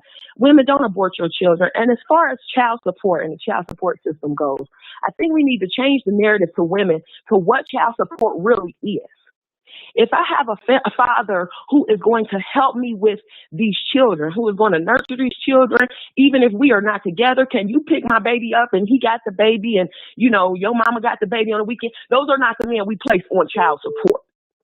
The men that need to be placed on child support are the men who deny children, whose mother continue to deny children when they have received paternity testing, or who treat the children in such ways to make our children become suicidal, those kind of things. Those are the people who deserve to be on child support. I think when we change the narrative with younger women about how the child support system, what it is really and truly for, then we will be able to have more intellectual Black family. And so I think that's what needs to be changed. The child support system is set up for those people who need to be on it. I just think that it's being abused. It's being abused. And so I say that as a woman who is raising 6 children. All of my children have been at least high achievers, but this daughter is a scholar, and so it's different when you're raising scholars. But I'm doing this by myself, and I don't ask anybody for anything. I don't receive assistance from the government. I get up and I work hard for my company. I'll go out here and I go work hard. I let people know I know who I am, and that's the same way I raise my children. And so I think that I would never say a child is a mistake or any of those kind of things. All children deserve to be here if they make it here. And I just say that we need to do a better job of nurturing those children throughout the community, throughout our family. My children have a very popular, famous name in Cincinnati, and their family is very famous, but none of them have contributed to the success of these children. So I think that is highly important that we discuss that. What is child support really for? It's not set up for the man that's going to help you. And so that's all I got. Thank you for the call. Appreciate it. That's all I need. That's Falase setting the record straight. I appreciate it. Appreciate it. Fame touched the nerve this morning. Thank you, brother. Appreciate the conversation. I'm open. I always come prepared, but I want the show to be a reflection of what you want to talk about on a daily basis. I'm down. Sometimes to me, this is just the way a good talk show should go. Now, if you're at the 344 number, I apologize. Again, I'm a one-man operation at this point. Perhaps in the near future, that will change. So I'm operating with just a couple of lines right now. Again, to the 344 number, please call me back. I'll put you straight on. I want to hear what you have to say. Obviously, that was somebody was trying to get on the air. And I know things might change. You might have had a window there. So, my apologies. I'd love to get you on. Oh, here we go. All right, let's see who it is. Hey, good morning. Welcome to the show. What's going on, Nate? Can you hear me? I can't hear you. All right. Good morning. Good morning. Who am I speaking with? I'm sorry, Dante. Hey, Dante. Good morning.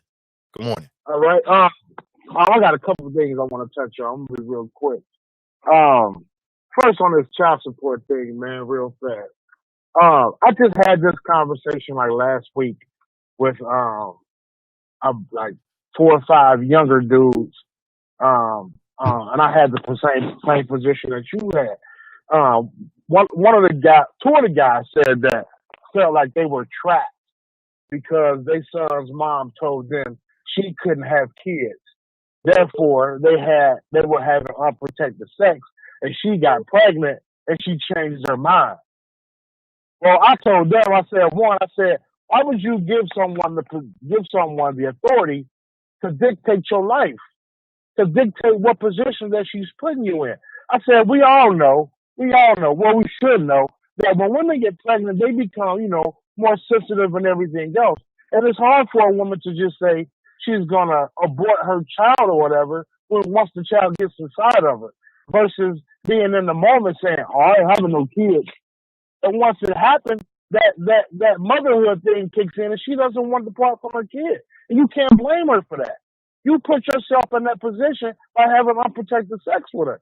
You shouldn't have did that. I don't care. Like I told him, I said, man, I'm 47 years old. I don't want any kids. I don't want kids. I'm not having unprotected sex. I don't care who it is. Dude, it could be Beyonce. It could be my celebrity crush Megan Good. I'm not having unprotected sex, bro. I don't want any kids. Bump what she's doing. I don't care what she's doing. I don't want kids. And one guy told me I sound like a white man. It killed me. Well, you have to take responsibility for yourself, man, for your own actions. I mean, when we do know that the child support system is a joke when it comes to men, it's a joke, man. I know men that has gotten custody of their kids, and the system was nowhere near for them like it was for women. It gave them a little assistance from the mother, and it was nothing like it is towards men giving assistance to women. It was nothing like that. But, and then too, I wanted to ask you a question. I think you commented on my Facebook page, I think, when I asked, Trump supporters are saying that if he loses, they're coming. What are they coming for, or who are they coming for? Yeah, the Proud Boys. They're going to start a civil war is what I read. Well, I mean, they can try it, but this ain't 1776. Yeah. So what are they going to do? Like go outside and, start random shooting, or what should we be looking for here? I'm confused. Again, I think the details are purposely a little bit, we don't know, because they don't want to play their hand. But I think overall, it's an intimidation tactic. It's a voter intimidation tactic. They're trying to scare people to not vote. They're trying to scare people to not go out. But it's a whole new breed out here. We ain't scared. Yeah, whatever man. You got, we got. And whatever happens. We can all go to hell together that day. Yeah, I went to the gun show a couple weeks ago up in Sharonville. I'm a little bit of I'm not gonna say a gun nut, but I bear arms and a right to protect myself and my family, and I use it to the fullest. But I'm saying that I was surprised how many black folks were there purchasing weapons. Mm-hmm. I've been reading, Dante, that across the country, man, them numbers has gone up over the last few years. Yeah, black folks are strapping up.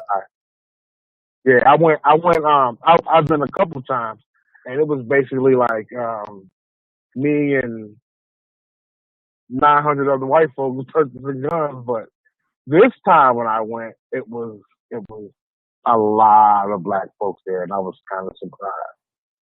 But yeah, man, a message to the young people, man. Like, if you don't want kids, man, no matter what she tell you, man, no matter how she say, I'm on a pill, or, oh, I don't want kids either, or how many times she say, I'm not having a kid, at the end of the day, man, it's your duty to put your future in your hands. You can't blame her. That's it, and that's all, man. Hey, you have a good day. You too, Dante. Beautiful flows, man. Beautiful flows. I don't care what a woman tell you. I don't care what she tells you. She could tell you, I don't want to have no children. If you take that plunge without protecting yourself, you open the door for her to make a decision about you being a father, period. And smart, mature individuals don't make moves like that. That's not a smart move. Well, she said that don't mean nothing when you get down to 800 Broadway. I would love to see you go to 800 Broadway and say, well, I don't think I should pay child support because she told me she couldn't get pregnant. They're not even going to laugh at you. You're going to piss them off down there. That's what's going to happen. They're going to look at you like you a damn idiot. She told you. Smart men don't do that. You just be smart about it. As simple as that. I'll say it again. Have a vasectomy. Freeze your sperm. Then you can decide who becomes the mother to your child. You have complete control over it. That might sound radical, but it's not. That is possible. If you know at a young age or whatever age you don't want to have kids, get a vasectomy. It's an outpatient procedure. Like literally you go in, it's usually like 2 days. You go in for a consultation. They're like, you sure you want to do this now? We're going to cut the testicles, right? They're going to let you know. And then you come back the next day. Sometimes you can do it in 1 day, but it's usually a consultation and a procedure, right? The procedure is usually, we'll say 30 minutes max. Painless to some degree. You know what I'm saying? For me, it was painless. I didn't feel none of it.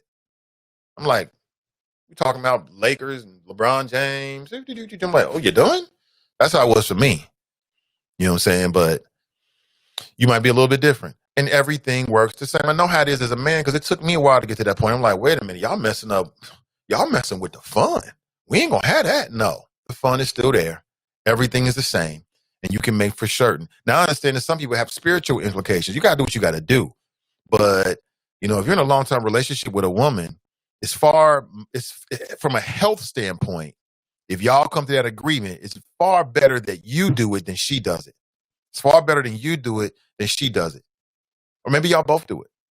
Because y'all know for certain. I mean, you know, come on, man. All this belly aching, wah. Cue the baby music. Wah. She told me. Nobody cares.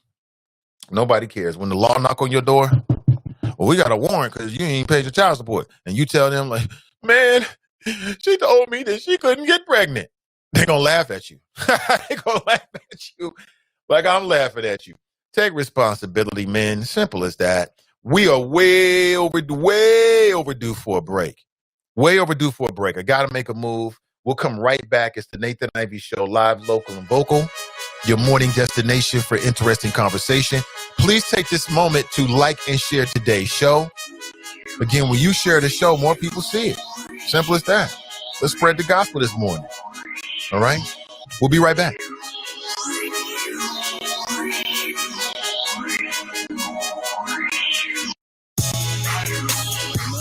Show is supported by listeners.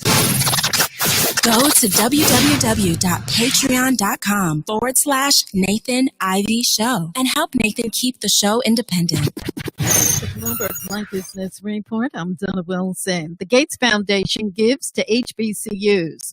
Several historically black colleges and universities will share a $15 million donation from the Bill and Melinda Gates Foundation to support COVID-19 testing on their campuses. The foundation's funds will be used to transform the schools into testing hubs, and they'll process coronavirus tests for other HBCUs in their regions.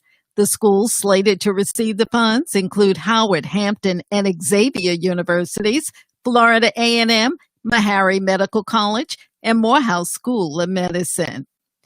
And some black McDonald's workers in Illinois are suing the fast food chain, claiming racial discrimination. This is the fourth racial bias suit against the fast food chain this year. That's your Bloomberg Black Business Report. I'm Donna Wilson. Jill Schiller has been missing in action, and now we know why. Did you know that Jill Schiller, candidate for Hamilton County Treasurer, got away with a dangerous offense?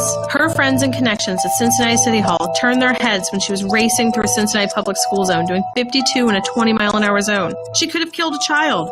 As a mother of 3, that's concerning. 25,000 children are injured each year because of speeding in a school zone. 100 children are killed in school zones each year by people like Schiller. Schiller should have served 5 days in jail as the law states, but being privileged kept her out while you, the public, would have gone to jail. Her friends and connections at City Hall only fined her $60, and they quickly destroyed the evidence the next day. We cannot trust Schiller with our school children. Should we trust her to protect and safeguard our tax dollars? Vote for Charlie Winburn for Hamilton County Treasurer. We can trust him to safeguard our tax dollars and our children. Paid for by friends of Charlie Winburn. Are you interested in medical coding, but not sure where to start? And scared of wasting time and resources? Let me help you with the right steps to become a certified, marketable medical coder. Learn more at bit.ly/5stepscoder. You're listening to The Nathan Ivey Show. One man, one microphone, one mission. Now let's get back to the flow. All right, good morning, family. Welcome back. Welcome back to the flow. Please take a second to like and share today's show as we build support for this growing platform. My mission is real clear. I want everybody to know. My mission is to amplify Black voices in the greater Cincinnati area and beyond. And Sin Digital Media is the conduit that I'm currently using to do just that. Good morning to you. 513-873-7134. Welcome back to the show. We talk about people, politics, and pleasure, in particular Black people, Black politics, Black pleasure. I'm based in Cincinnati, Ohio. Good morning to you. Where should we go? We have some I haven't had that many comments we got in today as well. Let me start on Facebook this morning. Samantha Rice, good morning, all. She is on YouTube. Brenda Rice, good morning. Dale Rice, good morning, Nathan Choppers. Hey, go to our Facebook page. That's Sin Digital Media. It's your source for Cincinnati Digital Media, CIN Digital Media. And follow that. You can subscribe so that whenever there's a new live show, that you'll get an instant notification. There's a lot of stuff going on with those particular shows, and more shows are coming online. And this is our platform. I mean, I just see myself, my job has gotten much bigger because I feel like I need to deliver for the people that I'm producing shows for, to amplify and to elevate their voices. That's what I do. 100%. That's my laser-like focus. I wanted to deliver for them. It's really all about them. It's really all about the community for me. For me personally, life is good. Life is good.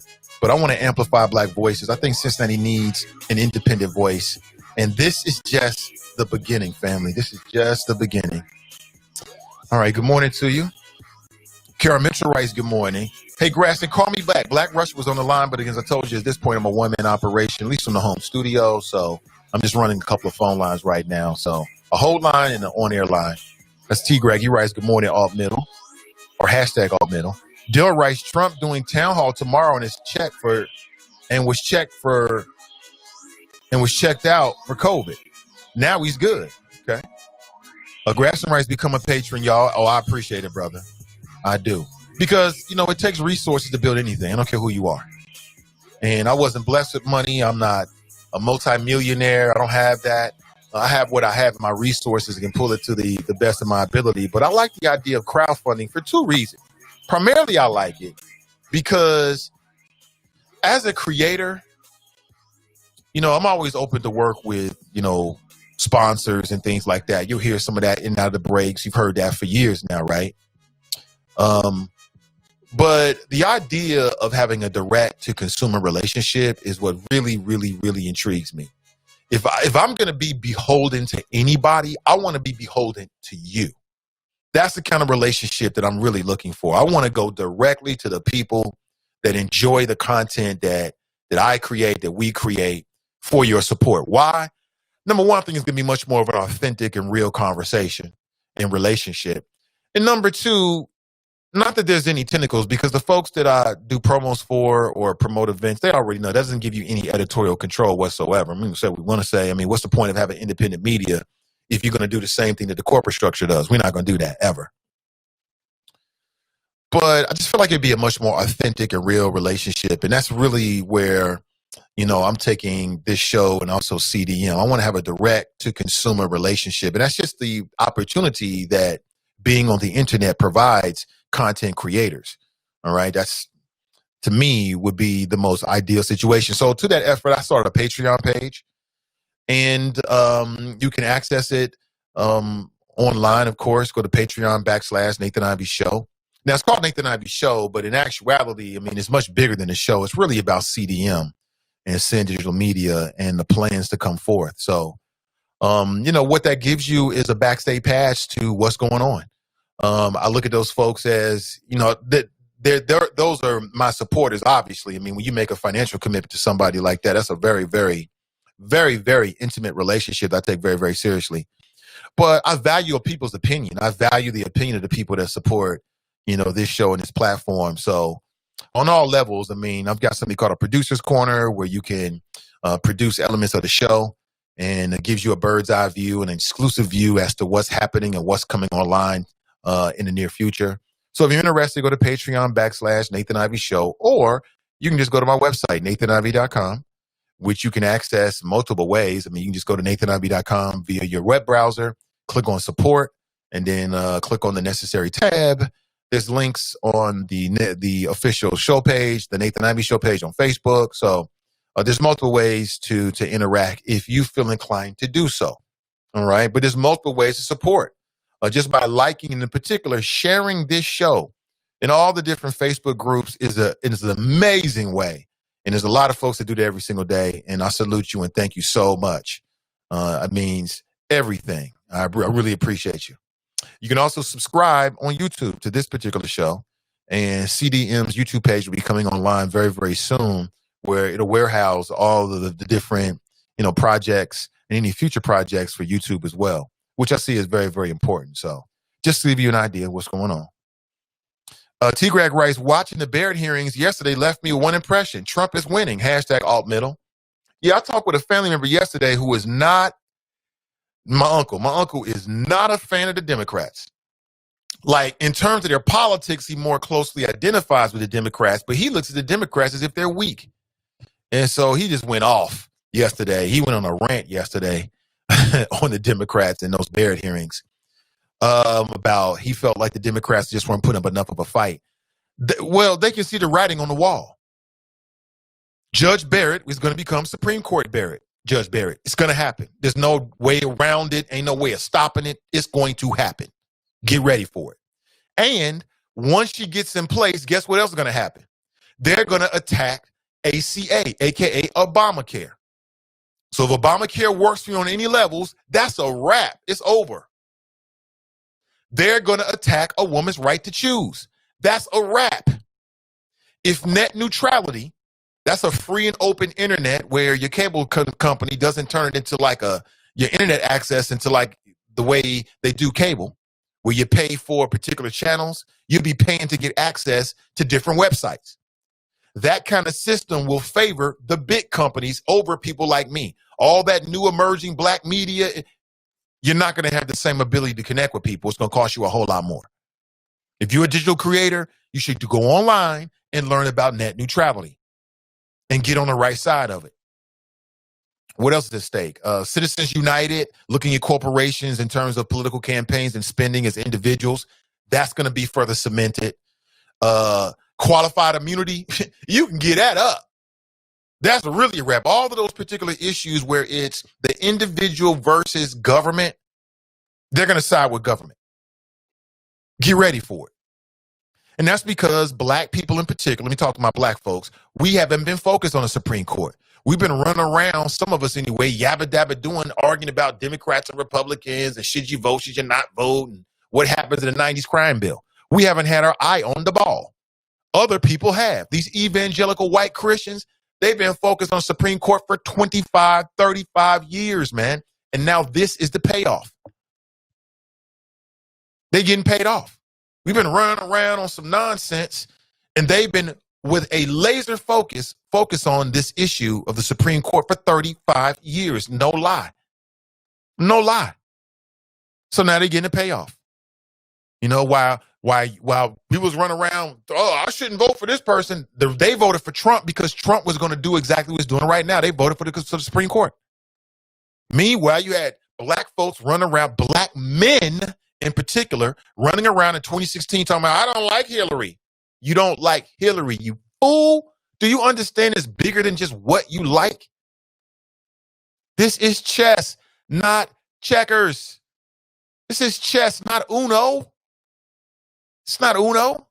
So what we're seeing right now is the culmination of a 35-year plan. And what I would tell black voters is we need to create a 35-year plan. Where's our 25-year plan? That's what it's going to take. To progressives, get on your giddy up. We need a 25-year plan as it relates to the courts. What I think that the Democrats are going to do, and this is well within their rights, and their power, their potential power, is they're going to expand the amount of Supreme Court justices. And I don't have a problem with it. You can call it packing the court all you want to. If the Republicans play dirty, the Democrats need to play dirty. Period. Simple as that. You get into a fight with somebody, they throw some dirt in your eyes, you better pick up some sand and put some dirt in their eyes too. Period.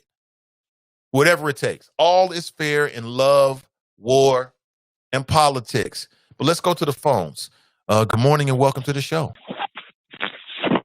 Morning, Nathan. Yo, Kev on the cell. What's up, brother?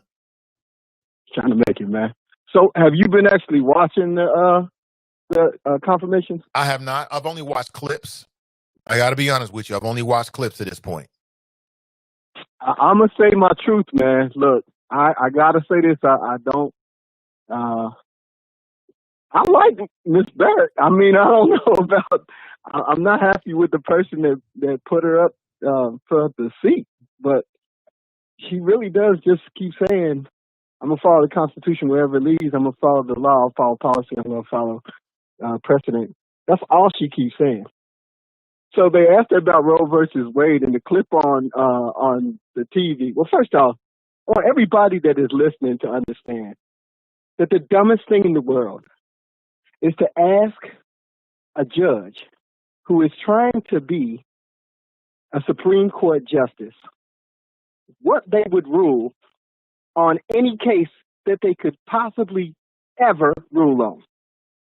Because they cannot answer that question. It's a dumb question. People have been asking that dumb question forever. And they make it into a media bite, but it's a stupid question. RBG is the one that said it the best. Like, I'm never going to tell you what I would or would not rule on anything that I would or would not rule on, because that flies in the face of how the process is supposed to work.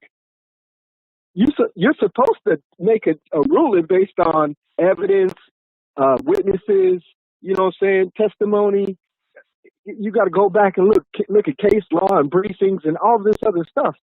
So how could you stand in front of somebody, in front of the Senate, and then say, this is how I would rule if I was sitting for a case that you haven't heard yet? It doesn't make sense. So it's a bad soundbite. They do it every time somebody is up, and that's just a bad soundbite. Whether it be a Republican or a Democrat, it doesn't make any difference.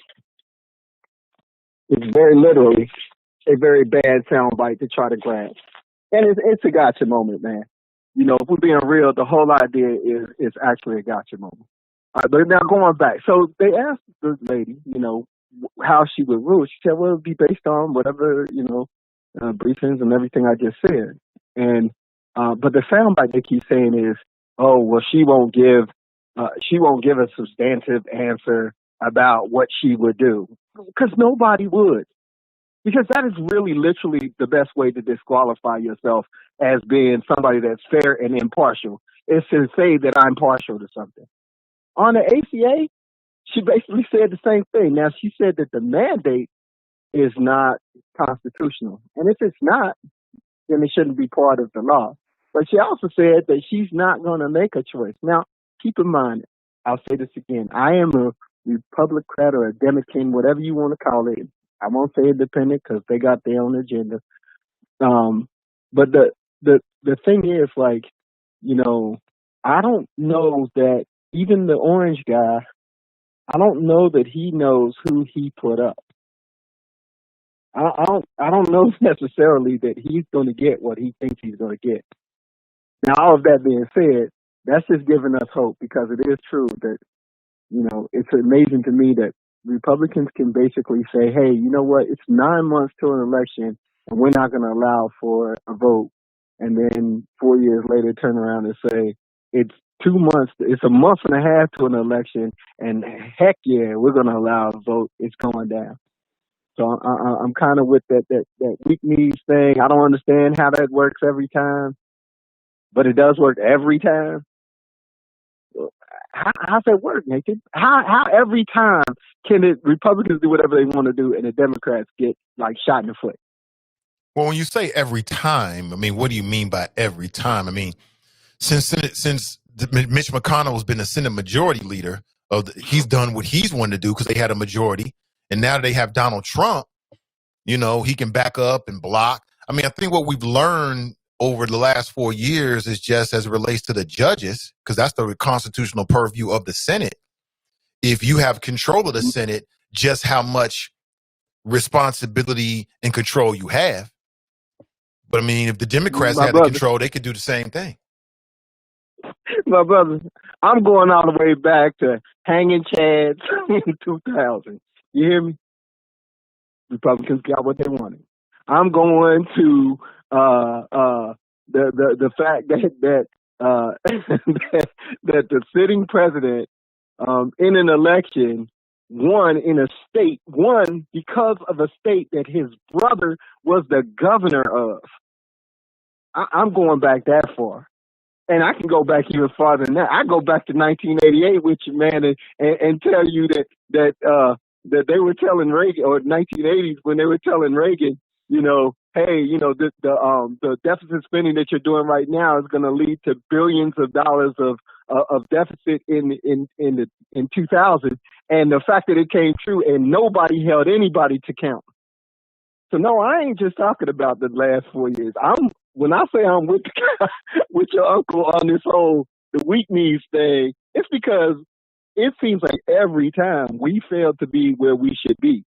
And when I say we, again, Democrat, Republican, whatever you want to call it, I'm saying the people that are for fairness on any side of the board.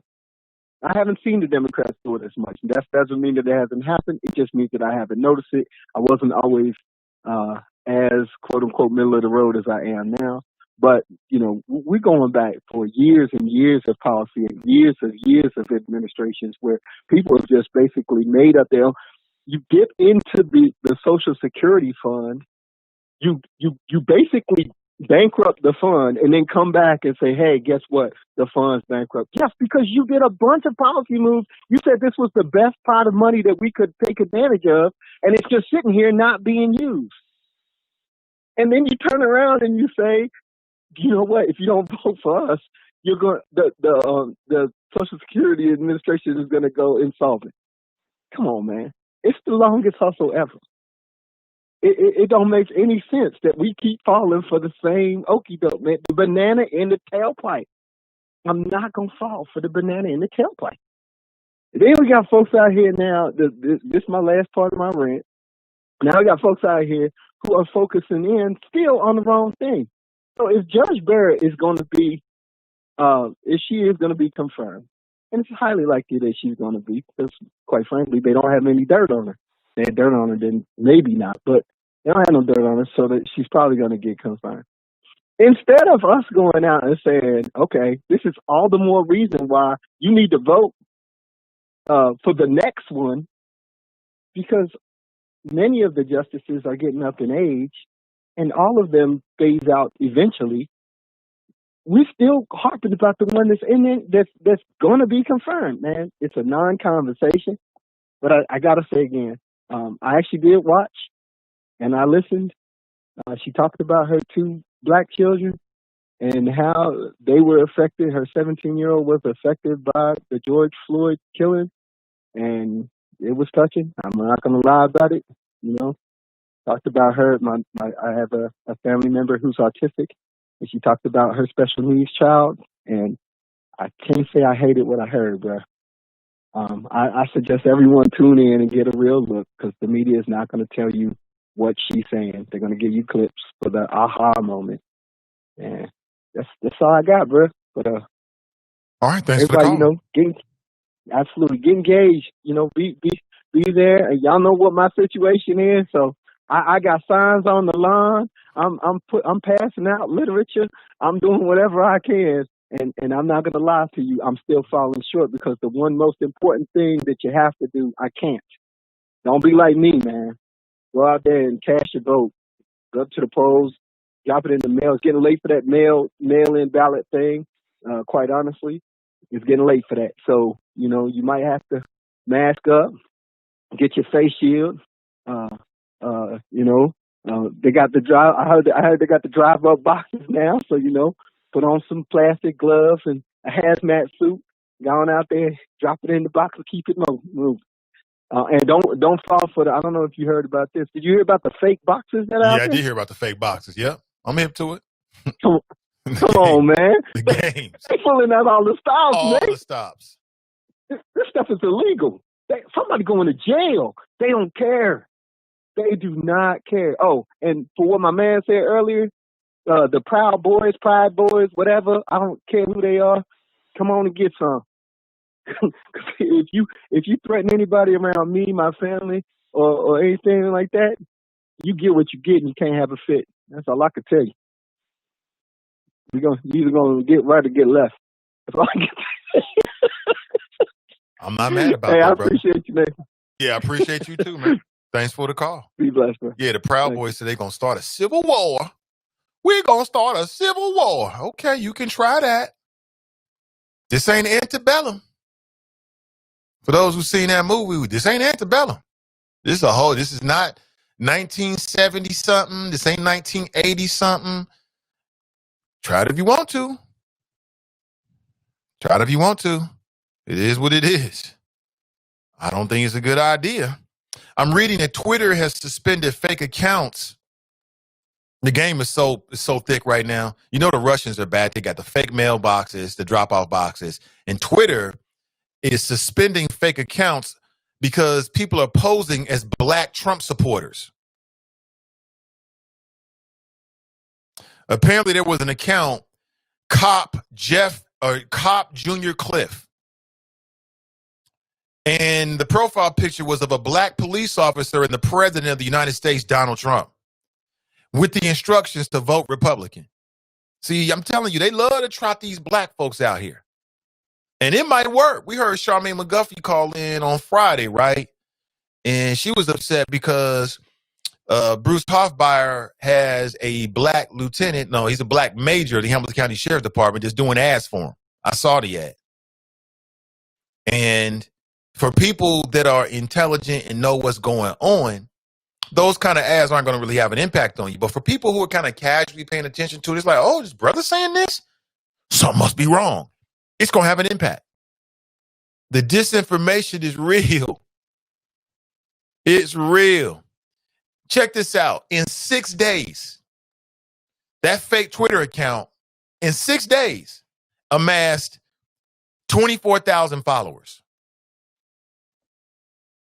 Even though it only had 8 tweets on the profile page, because what will happen is then these other fake accounts will start to promote it. And there's an element of people out there that just love it when black people come out for Donald Trump, especially if you're a police officer.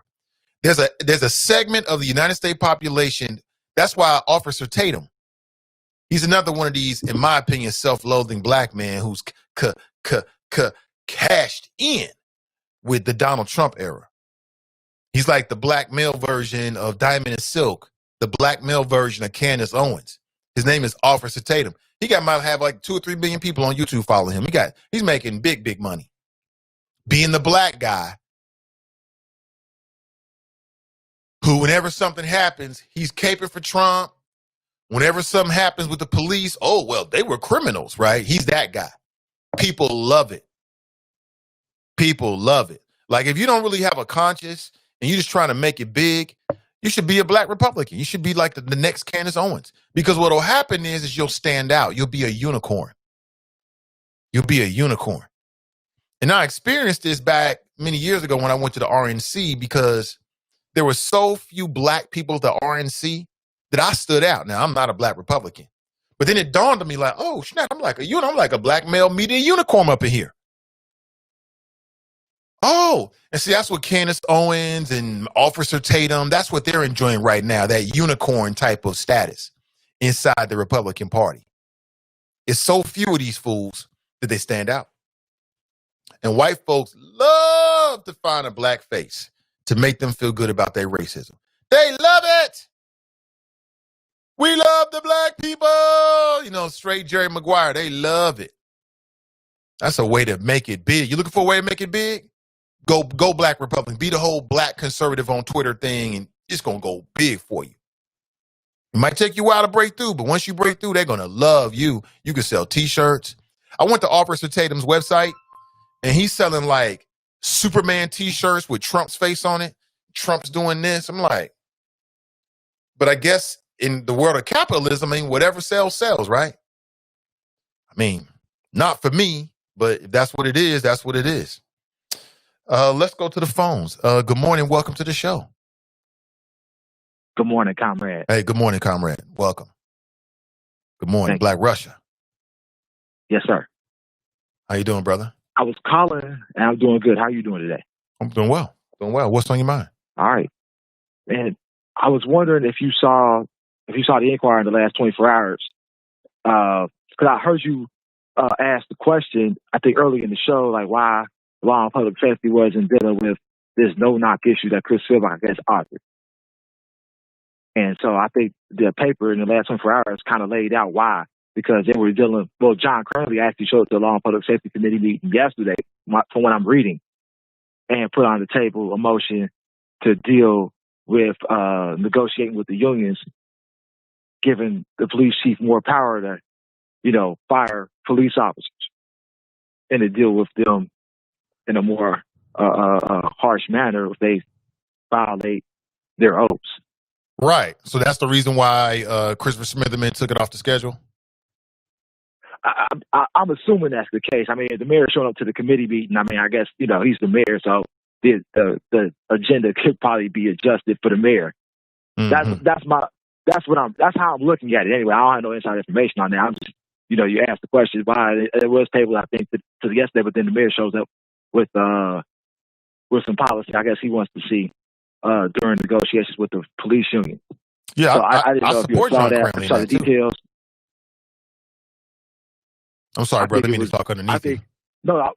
I was simply saying that I think that from what I read in the papers, that seems to be a more pressing matter than no-knock warrants, which happens a couple times a year. Can't they deal with multiple issues in law and public safety at the same time? Don't they have multiple things on the agenda? Sometimes it depends on what it is. I mean, sometimes you got to, deal with the issue that's the most pressing issue. I think, you got to take things for what it is. I mean, the most pressing issue probably right now for the city is still COVID-19, but outside of that, we're talking about law enforcement. I think, having the ability to know what you need to negotiate is important versus no-knock warrants. I mean, prioritization is important too. Can you do multiple things multiple times? Yeah, sure, but there's always going to be priorities. The mayor showed with an idea in terms of how to negotiate with police unions. I think everybody's interested in that. I think that's something that you will be interested in. I think, other folks who say they're concerned about how we're getting policed are paying attention to that. More so than no-knock warrants in the city of Cincinnati. This is not Louisville, this is the city of Cincinnati. So dealing with the issues within the city of Cincinnati, it seems like, I guess, negotiations are coming up soon. So that seemed to be the priority. You know what I mean? Well, to me, it's all in the same. It's all in the same folder. Yeah. Police community relations. To me, it's all in the same folder. And as it relates to no-knock warrants, the reason why I think the motivation, I can't speak for Chris Silbach, but I think the motivation behind a lot of people, again, my motivation behind supporting the ban on no-knock warrants is people's lives. I don't want innocent people to get killed. I think that's a very pressing issue here, whether they actually are issued a no-knock warrant once or twice. I mean, all it takes is one time for somebody to lose their life, and then the police are like, oops, my bad, and now we got a national scandal. So I think that's very pressing. And to me, they're inside the same folder. Like if you had a folder, this whole thing with the arbitration that the mayor brought up, which I agree with, from what I understand, that I agree with his standpoint, his viewpoint on that, is in the same folder as no-knock warrants. So why not deal with them all at the same time? I think people have different perspectives on, you're not going to be able to get everything done. I think there's perspectives on what's the most important thing. I'm not sure if everybody agrees with the perspective that we should ban no-knock warrants in the city of Cincinnati. I don't know where the mayor stands on that. I don't know where a lot of these council members stand on it, unless the folks who have signed the motion. I haven't seen the motion being signed yet or nothing like that. But I mean, it's not something that's happening in Cincinnati. People got to understand. Chris Silbach is from Louisville, Kentucky. He is not from our community. He's here now, but he's from Louisville. So he's looking at Louisville, what's happening in Louisville. He's trying to act like Cincinnati's Louisville. It's just not prioritization. I think in the city of Cincinnati, the prioritization should be to negotiate with the police union to try to give the police chief more power to deal with bad police officers. Yeah, but and I think again, we've seen more. Go ahead. no, I was going to say that in that issue, when it comes to so the mayor John Cranley came out and he basically said that he wants there to be more teeth when the city and or the police chief fires someone. Because what we've seen is that the city and or the police chief can have the desire to get rid of somebody. Then it goes to arbitration, and the arbitrator gives the cop the job back. So what this comes down to, I believe, the process in which we choose the arbitrators, right? Because as I understand it, the way it's set up right now, if you're an arbitrator and in your history, you got a lot of instances or examples of you siding against police officers, since the police unions themselves have a say in choosing arbitrators, then you're going to be out of a job.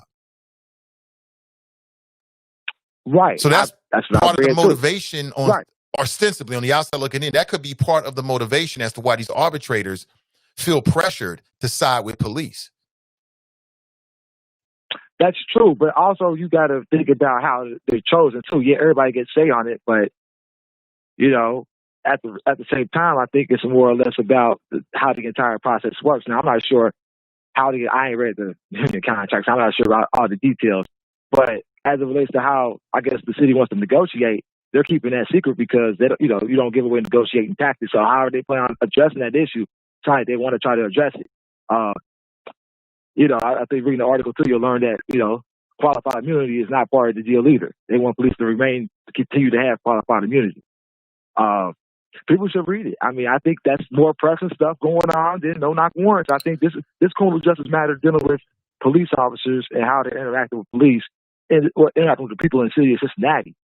It's just it just takes precedent over something like no-knock warrants, which is not problematic here. Well, here's what I know. So, if we got a majority, and by majority I mean veto-proof majority, which is I believe is 6 votes on city council, who believe that no-knock warrants should be banned, and they also believe that whatever a city like Cincinnati can do to do away with qualified immunity, then it would happen. It would happen. It really comes down to the attitudes and the will of those people who are on city council. That's true. I didn't read anywhere where the mayor. I think the mayor doesn't agree with getting rid of qualified immunity from what I read. But there's a chair of law and public safety, and I mean, you got to get on the agenda. I mean, if there's no knock issue, such a big issue, it'll eventually get a hearing. But I think the stuff that's the most pressing issues is going to get the hearings first. Yeah, and I think we saw that example yesterday. Yeah, I understand. And one of the best things in the city, one of the best things is going to happen in the next year, almost a year, is when Christopher Smitherman is term limited out, and we're going to get a new law and public safety chair. Hopefully, whoever that person is will be more effective than Mr. Smitherman has been over the last term or 2 terms. I think he's been one of the more effective law and public safety chairs. Really? He's educated in criminal justice from the Ohio State University, and I think he has done a great job. When people look back 10, 15 years from now, and they look at the technology, and they look at the policing here in the city of Cincinnati, and how marijuana was, dealt with as it relates to the aftermath of all the people who were criminalized, I think he's going to have a great record on criminal justice here in the city of Cincinnati. Okay. Better than Cecil Thomas, better than a lot of people. Okay. But history's going to define that. Well, we still got a year in office. We'll see. We'll look back a year from now and see, what he's actually accomplished. Yep, you're absolutely right. All right, brother. Hey, the Lakers came through, man. I know you're a B-ball fan. Played good defense, great defense in Game 6. Oh, yeah. I did. I fell asleep at halftime. I didn't watch it till half. I mean, LeBron played great. He's a Finals MVP. He's better than Magic. I think he's the second greatest player of all time. Okay. Hey, brother, thanks for the call, man. Hey, hold real quick. What do you think about this Hamilton County Commission race? Andy Black, brother, what's the brother's name? Oh, you know what? Yeah. I met him, too. He's a cool brother. Yeah, I forget his name, but I met him once, but I wouldn't go vote. He's a cool brother. I hope he runs for city council. I hope he gets to see him run for city council. He has some good ideas. Yeah, I mean, this if he loses in this race, his run raises his profile. So, yeah, I can see that. Dr. Najoli's his name. Yeah, the Jody. That's his name. Yeah, he a good brother, too. I liked him. I was out there talking with him when I went to go vote. And his brother was sharp. Yeah, and Alicia Reese. Okay. He just had a bad race. Yeah. I think Alicia Reese went to the blowout. I mean, I think I've said this 1,000 times. Alicia Reese is going to blow Andy Black out. This ain't even going to be close. Andy Black has no public record experience. Alicia Reese been in the game 20 years. I mean, this is not even close. All right, brother. Thanks for the call. Yeah, Andy Black's done, bro. Totes. I'm trying to think about any other races going on. Sheriff's race. What do you think about the sheriff race? I want to see Winburn win.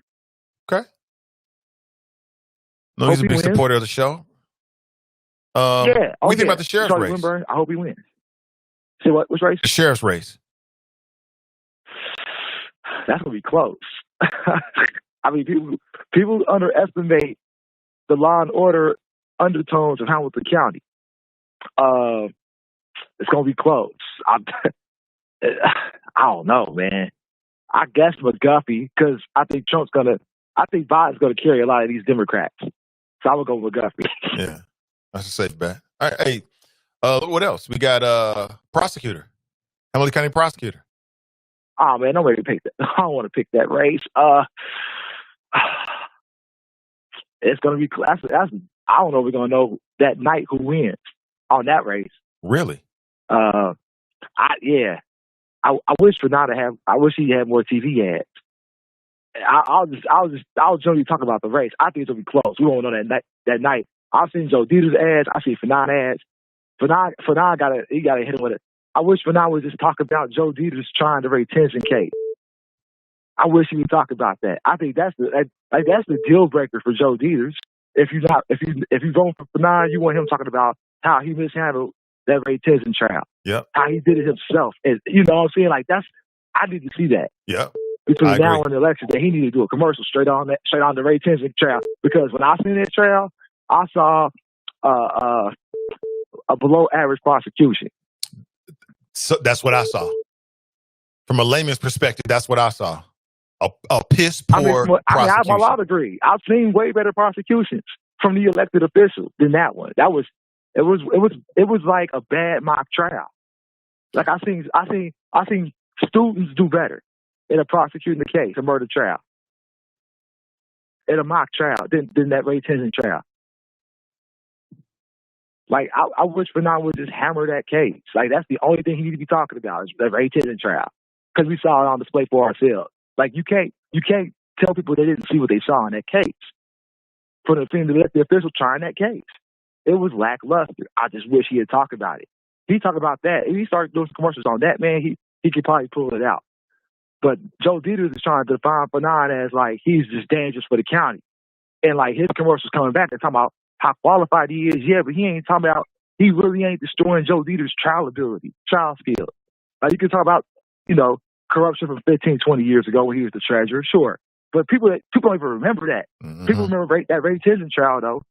Mm-hmm. Mm-hmm. I just wish he had talked about that trial more, man. I think that's his go-to. Mm-hmm. I can hear that. All right. Thank you, brother, for the call, man. All right, take it easy. Yeah, most definitely. That's Black Russia. And what do you think? What's your opinion? We just got a call from let me see what number this was.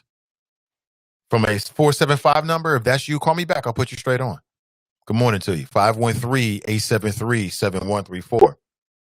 You got me for the next 15 minutes. Now, I'm scheduled to be with you tomorrow, but I have a dentist appointment later today.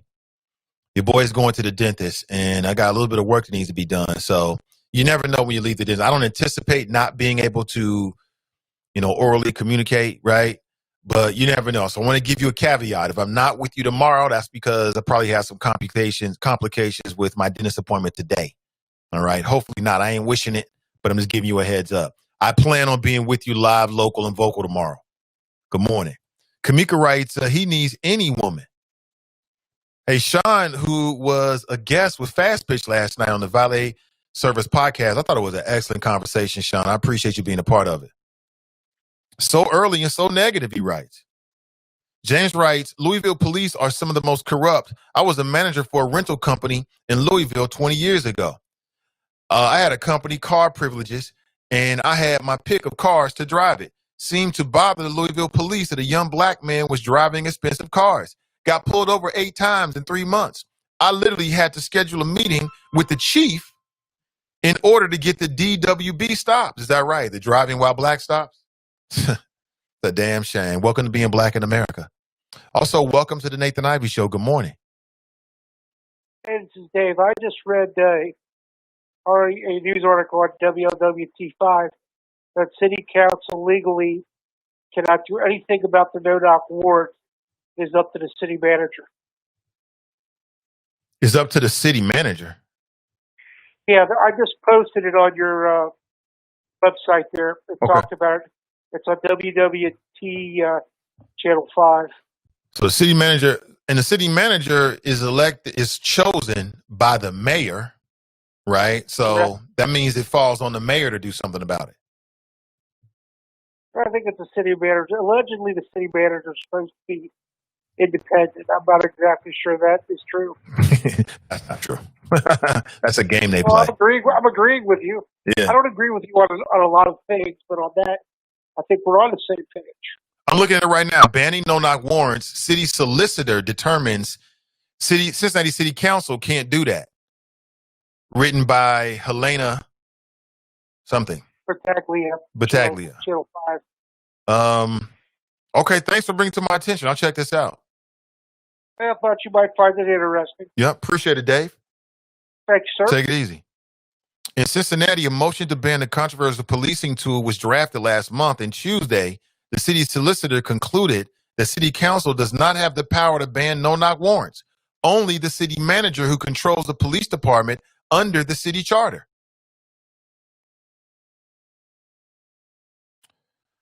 Let me see.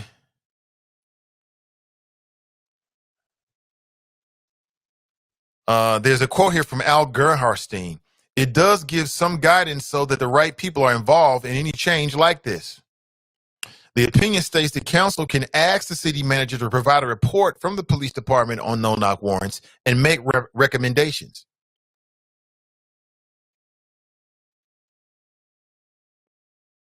Okay, thank you for the call. Appreciate that. Thank you on the update. Appreciate it. So it's the city manager, but so what happens with the city manager is, and correct me if I'm wrong, the mayor typically chooses the city manager, and then that person is ratified or voted upon, confirmed by city council. And they try to act like there's this not direct relationship, but there is a relationship between the city manager and the mayor. How do we know? Because look at just what happened with Harry Black. When the mayor don't want you to be there, the mayor can force you out because he forced out Harry Black in front of us. So what's that tell us? That means that the mayor of Cincinnati could go to the city manager and say, listen, this no-knock warrant things, now we ain't with this. That means that the next mayor of Cincinnati could do the same thing if they chose to do so. Because we just saw it. The mayor, for whatever reason, didn't want Harry Black to be the manager, and he forced him out. So you out of here, Buster. You out of here. Good morning to you. 513-873-7134. If you want to share your thoughts this morning, I would love to hear them. Anthony writes, sound personal. Feeling got hurt by a woman. Talking about fame. Yeah. He doesn't like black women. That's Christina. Fame must be hurt by an ex-girlfriend. He did come across like that a little bit. He did. James writes, this caller I'm listening to, along with being misguided, he's dead wrong. The Louisville police and the prosecutors tried to set Kenny Walker up, and the city will eventually pay him as they should, right? These black folks out, these self-loathing black folks that want to criminalize Kenneth Walker to make them feel good about their opinions amaze me. Amaze me. This man was initially charged. They dropped the charges. Where did they do that at? Where did they do that at? In what part of the country do you see black people not being charged for shooting at police? That's why I said I started the show with 3 reasons why I believe Kenneth Walker. He had a brand new interview. He has a brand new interview that's circulating right now with CBS News. 3 reasons why I believe that police did not identify themselves in the Breonna Taylor case. Number 1, because he said it. I do not believe that a sane black man in these days and times is going to open fire against police knowingly. You get a knock at the door and somebody says, police, you're going to fire through the door. I don't believe it one bit. To believe that is racist. Number two, the star witness that everybody's favorite attorney general from Kentucky, Daniel Cameron, right? The same witness that he said, he said it. We got a witness that said he did. They did identify themselves. Initially, that same witness said that they didn't identify themselves. Then 2 months later, flip-flop. I think the witness was coerced. It wouldn't be the first time it happened. Number three, in terms of why I believe that police did not identify themselves in the Breonna Taylor case, is because they had a no-knock warrant. And the whole purpose of the no-knock warrant is the element of surprise. Well, why would you get a no-knock warrant and then knock and identify yourself? It doesn't make any sense. It's counterintuitive, family. It doesn't make any sense whatsoever. And they found no drugs. They found no weapons. They found no money. So why would Kenneth Walker, what was he trying to protect? What was he trying to hide? It would be different if they come inside. It would lend more credibility to the argument that Kenneth Walker did in fact hear the police identify themselves and was trying to hide something if they found something worthy to be hidden. But they did not. It makes more sense. They're in a neighborhood and may have, some issues with crime. You hear somebody aggressively knocking on your door. You got scared. You got scared. Simple as that. Woody writes, where is Sandman with the hook? That's hilarious. Brian writes, you seem to only be concerned with dissing women. Nas, finish the sentence. Christina writes, hang up, Nate. The emotions are flowing like the ocean. It's hilarious. Nat writes, projection. Barry writes, good morning. Fast Pitch writes, it's been real effed up. I got my silver bullet ready for the werewolf flame. That's hilarious. I need some aspirin now. Thanks, Fame. Wow. Hook time. Whoa. Crystal writes, whores. Wow. So wait a minute. You have a child with a woman and she's a whore? How's that work? Where do you do that at? So what are you? I don't get it. Yes, he is making black men look very weak. Fast Pitch writes, he's making himself look weak, Nate. Barry writes, hang up on him. Greg writes, Grand Risings, Nate and the Choppers. Just tuning in now. I think that's Fame, man. We don't want to double dip, Fame. Call me tomorrow, man. No double dipping. So let you do it. I got to let everybody doing it. And now the show just becomes a whole bunch of back and forth about who says so. I don't want to do that. Lisa writes, Fame makes himself look weak. He's not putting that on all black men. Okay, you're right about that. Carmelita writes, good morning, Nate and the Choppers. Andrell writes, good morning. Daryl writes, I'm starting to lie counter now. That's hilarious. Oh, my God. Back-to-back fools. Y'all wrong, man. Neither one of those brothers are fools. Both of those brothers are very sharp and intelligent black men. We just have a disagreement. Sister Harriet was dropped on head for telling where the runaway slaves were hiding, see? Greg writes, yes, Nate, we've been saying that when I used to listen to you on Sunday mornings on The Wiz. Saying what exactly, Greg? Again, I'm going way back to 8:30, man, so it's like 90 minutes ago almost. Carmelita writes, Drop just wants to argue. I can't stand people like that. Well, that's what we have a platform like this for, so we can argue sometimes. It is what it is. No Empathy writes, record all police encounters, but make sure you know your rights. When your rights are violated, still comply and put the cop, your rights are being violated. When a cop violates your rights, right, or stripped of qualified immunity, and you can personally sue them. Philosophy writes, he went home with a threat. Faspers writes, but where's the part about fighting bias and unfair treatment by police? So we are just to cooperate in what? Go whistling down the road feeling good that you weren't killed? Woody writes, some said being a black man in this country, we walk around in constant rage. Some of us do. Anthony writes, are we in grade school? Carmelita writes, be pissed, but live to fight another day. I'll say it again. Black folks, we got to be prepared to go to jail. There are services that you can prepay for, like lawyer services, that if you get yourself caught up in a situation, then you already got a phone number to call. Put together a couple of stacks, 3 or 4 stacks, as much as you can. I know times are hard right now, and I understand the differences between black wealth and the wealth of other people. I get it. But as much as you can, put a little rainy day fund money away. Okay, that's your respect money. So you ain't got to say, yes, master, I'm never going to do this again and all this kind of stuff and plead. You ain't got to argue. You don't have to do none of that because none of that is going to stop the officer from processing you. You find yourself in a situation and you know you're right, keep your mouth closed, number one. You ain't got to say a word because the more you say, the more it'll be used against you in a court of law. Don't self-incriminate. Don't incriminate yourself with your words or with your actions. Because what happens, I've seen it many times before, looks to me like the person's been unjustly arrested or detained. You might have a case. And then you blow your own deal, homie, by getting all crazy. And now you want to resist and you want to argue back and forth and take these. It ain't going down like that.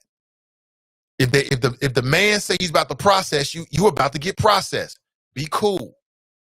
Be cool. Be chill. Get processed. Get out, and then get a lawyer. Okay? Getting all wild and crazy on the sideline, and now you want to fight. You've been working out, huh? You've been working out.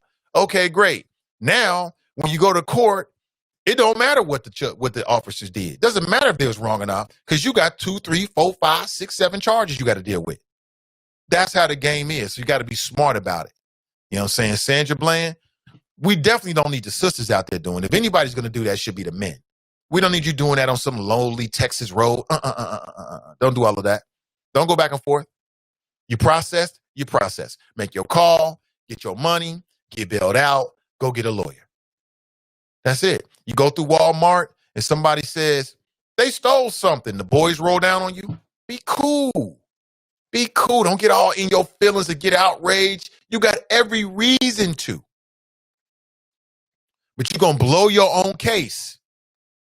You're going to blow your own deal, homie. By doing all the extra stuff. And I ain't going to do this. And you better know that. You got to do all that. Just record it. And give it to your lawyer. Okay. Nat writes, nice show, The Fast Pitch. Cool. Glad. Thank you. Yes, it was a good show. Brent writes, good morning, Nate and the Choppers. Checking in from Dallas, Texas. I don't think Drop's an idiot at all. David writes, love your kids. Absolutely.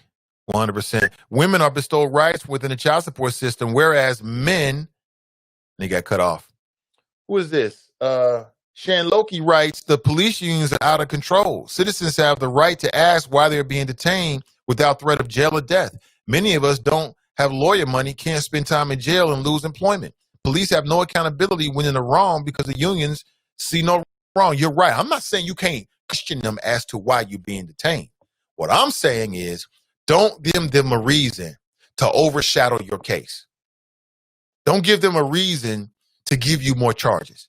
Don't give them a reason to hog tie you and all. It's unnecessary. It's unnecessary. All you're going to do is further inconvenience yourself. It's going to hit you in the pockets.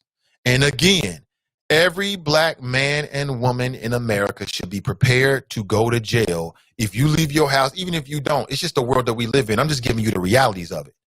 Get you some prepaid lawyer services. Put you some chips away. Stack you some money as much as you can away because you might have to get bailed out. So you ain't got to yes a boss and plead on your knees and start crying. I ain't doing none of that. I ain't doing none of it. Right, wrong, or whatever, just process me. And we'll talk about this later on. I ain't doing none of it. I'm not going to give them the satisfaction of all this begging and pleading. No, I'm not doing none of that stuff. Gotta go. I guess I'm going to miss I won't be doing the show tomorrow. When I get back to the show, I'll tell you what happened. That's about it. That's as far as I'm going. I'm not doing all of that. David writes, mature decision, absolutely. Fastpitch writes, women are bestowed rights, whereas men have to fight for their rights. Men just have to be consistent. I've seen things turn around in favor of the father. but it was a fight, right? But you got to set that up. You got to be mature about it. Absolutely. Absolutely. Brent writes, real talk for real people. Absolutely. I like that. I might use that tag. Real talk for real people. Women also need to be prepared to take full custody for the children that they birth, because you may have to raise them as a single parent. You might. Again, the conversation for women is simple, is very similar, but it's different. This is different. Ron writes, what about if the dad wants the baby and they want abortion? Well, again, it goes back to what I said about being choosy about who you have sex with. Those are the conversations you should be having beforehand. And once you go that route where you're having unprotected sex. So to me, unprotected sex is without a condom and even with a condom. I mean, there are no protections out here. Ain't no real protections. Once you decide to have intercourse with a lady, you lose some element of control. That means that she might decide to have a kid and you don't want it. She might decide to have an abortion and you want it. You ain't got no control. The only control you have is what you have control over, and that's your initial action. Don't have sex with her.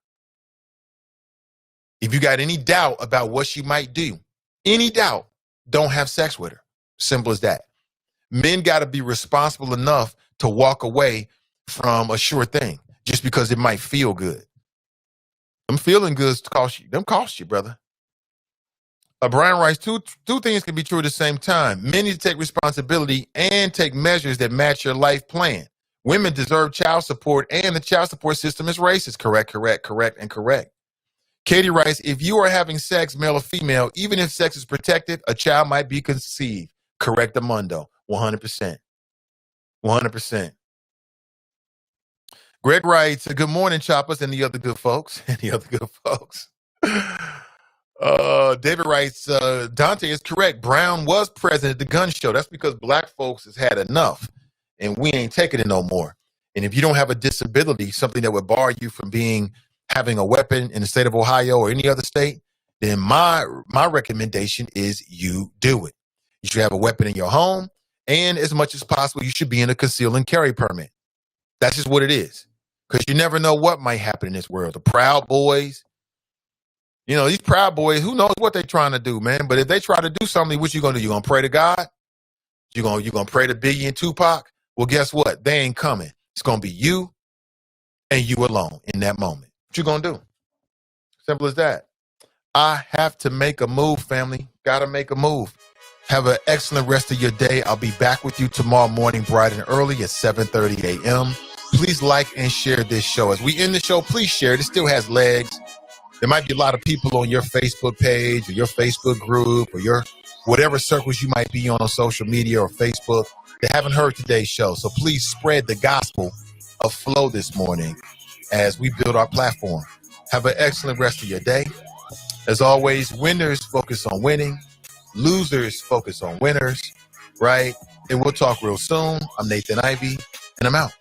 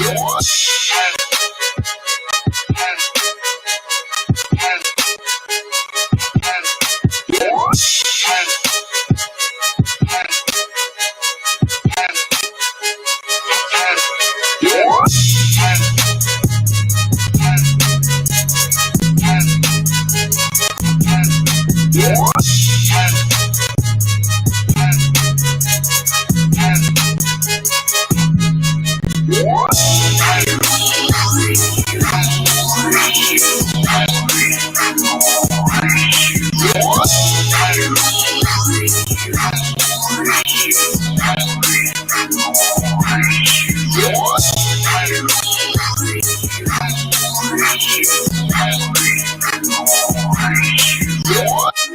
Hey, good morning, Tiffany. Good morning, Kazayla. Good to see you. Hey, good morning, Rachel. Want to get that in this morning. All the beautiful people in the Chop Shop this morning. Thank you for being here. We'll be back again tomorrow morning at 7:30 a.m. Again, your morning destination for interesting conversation. And keep your eyes on this platform. Our next move will be the absolute best move.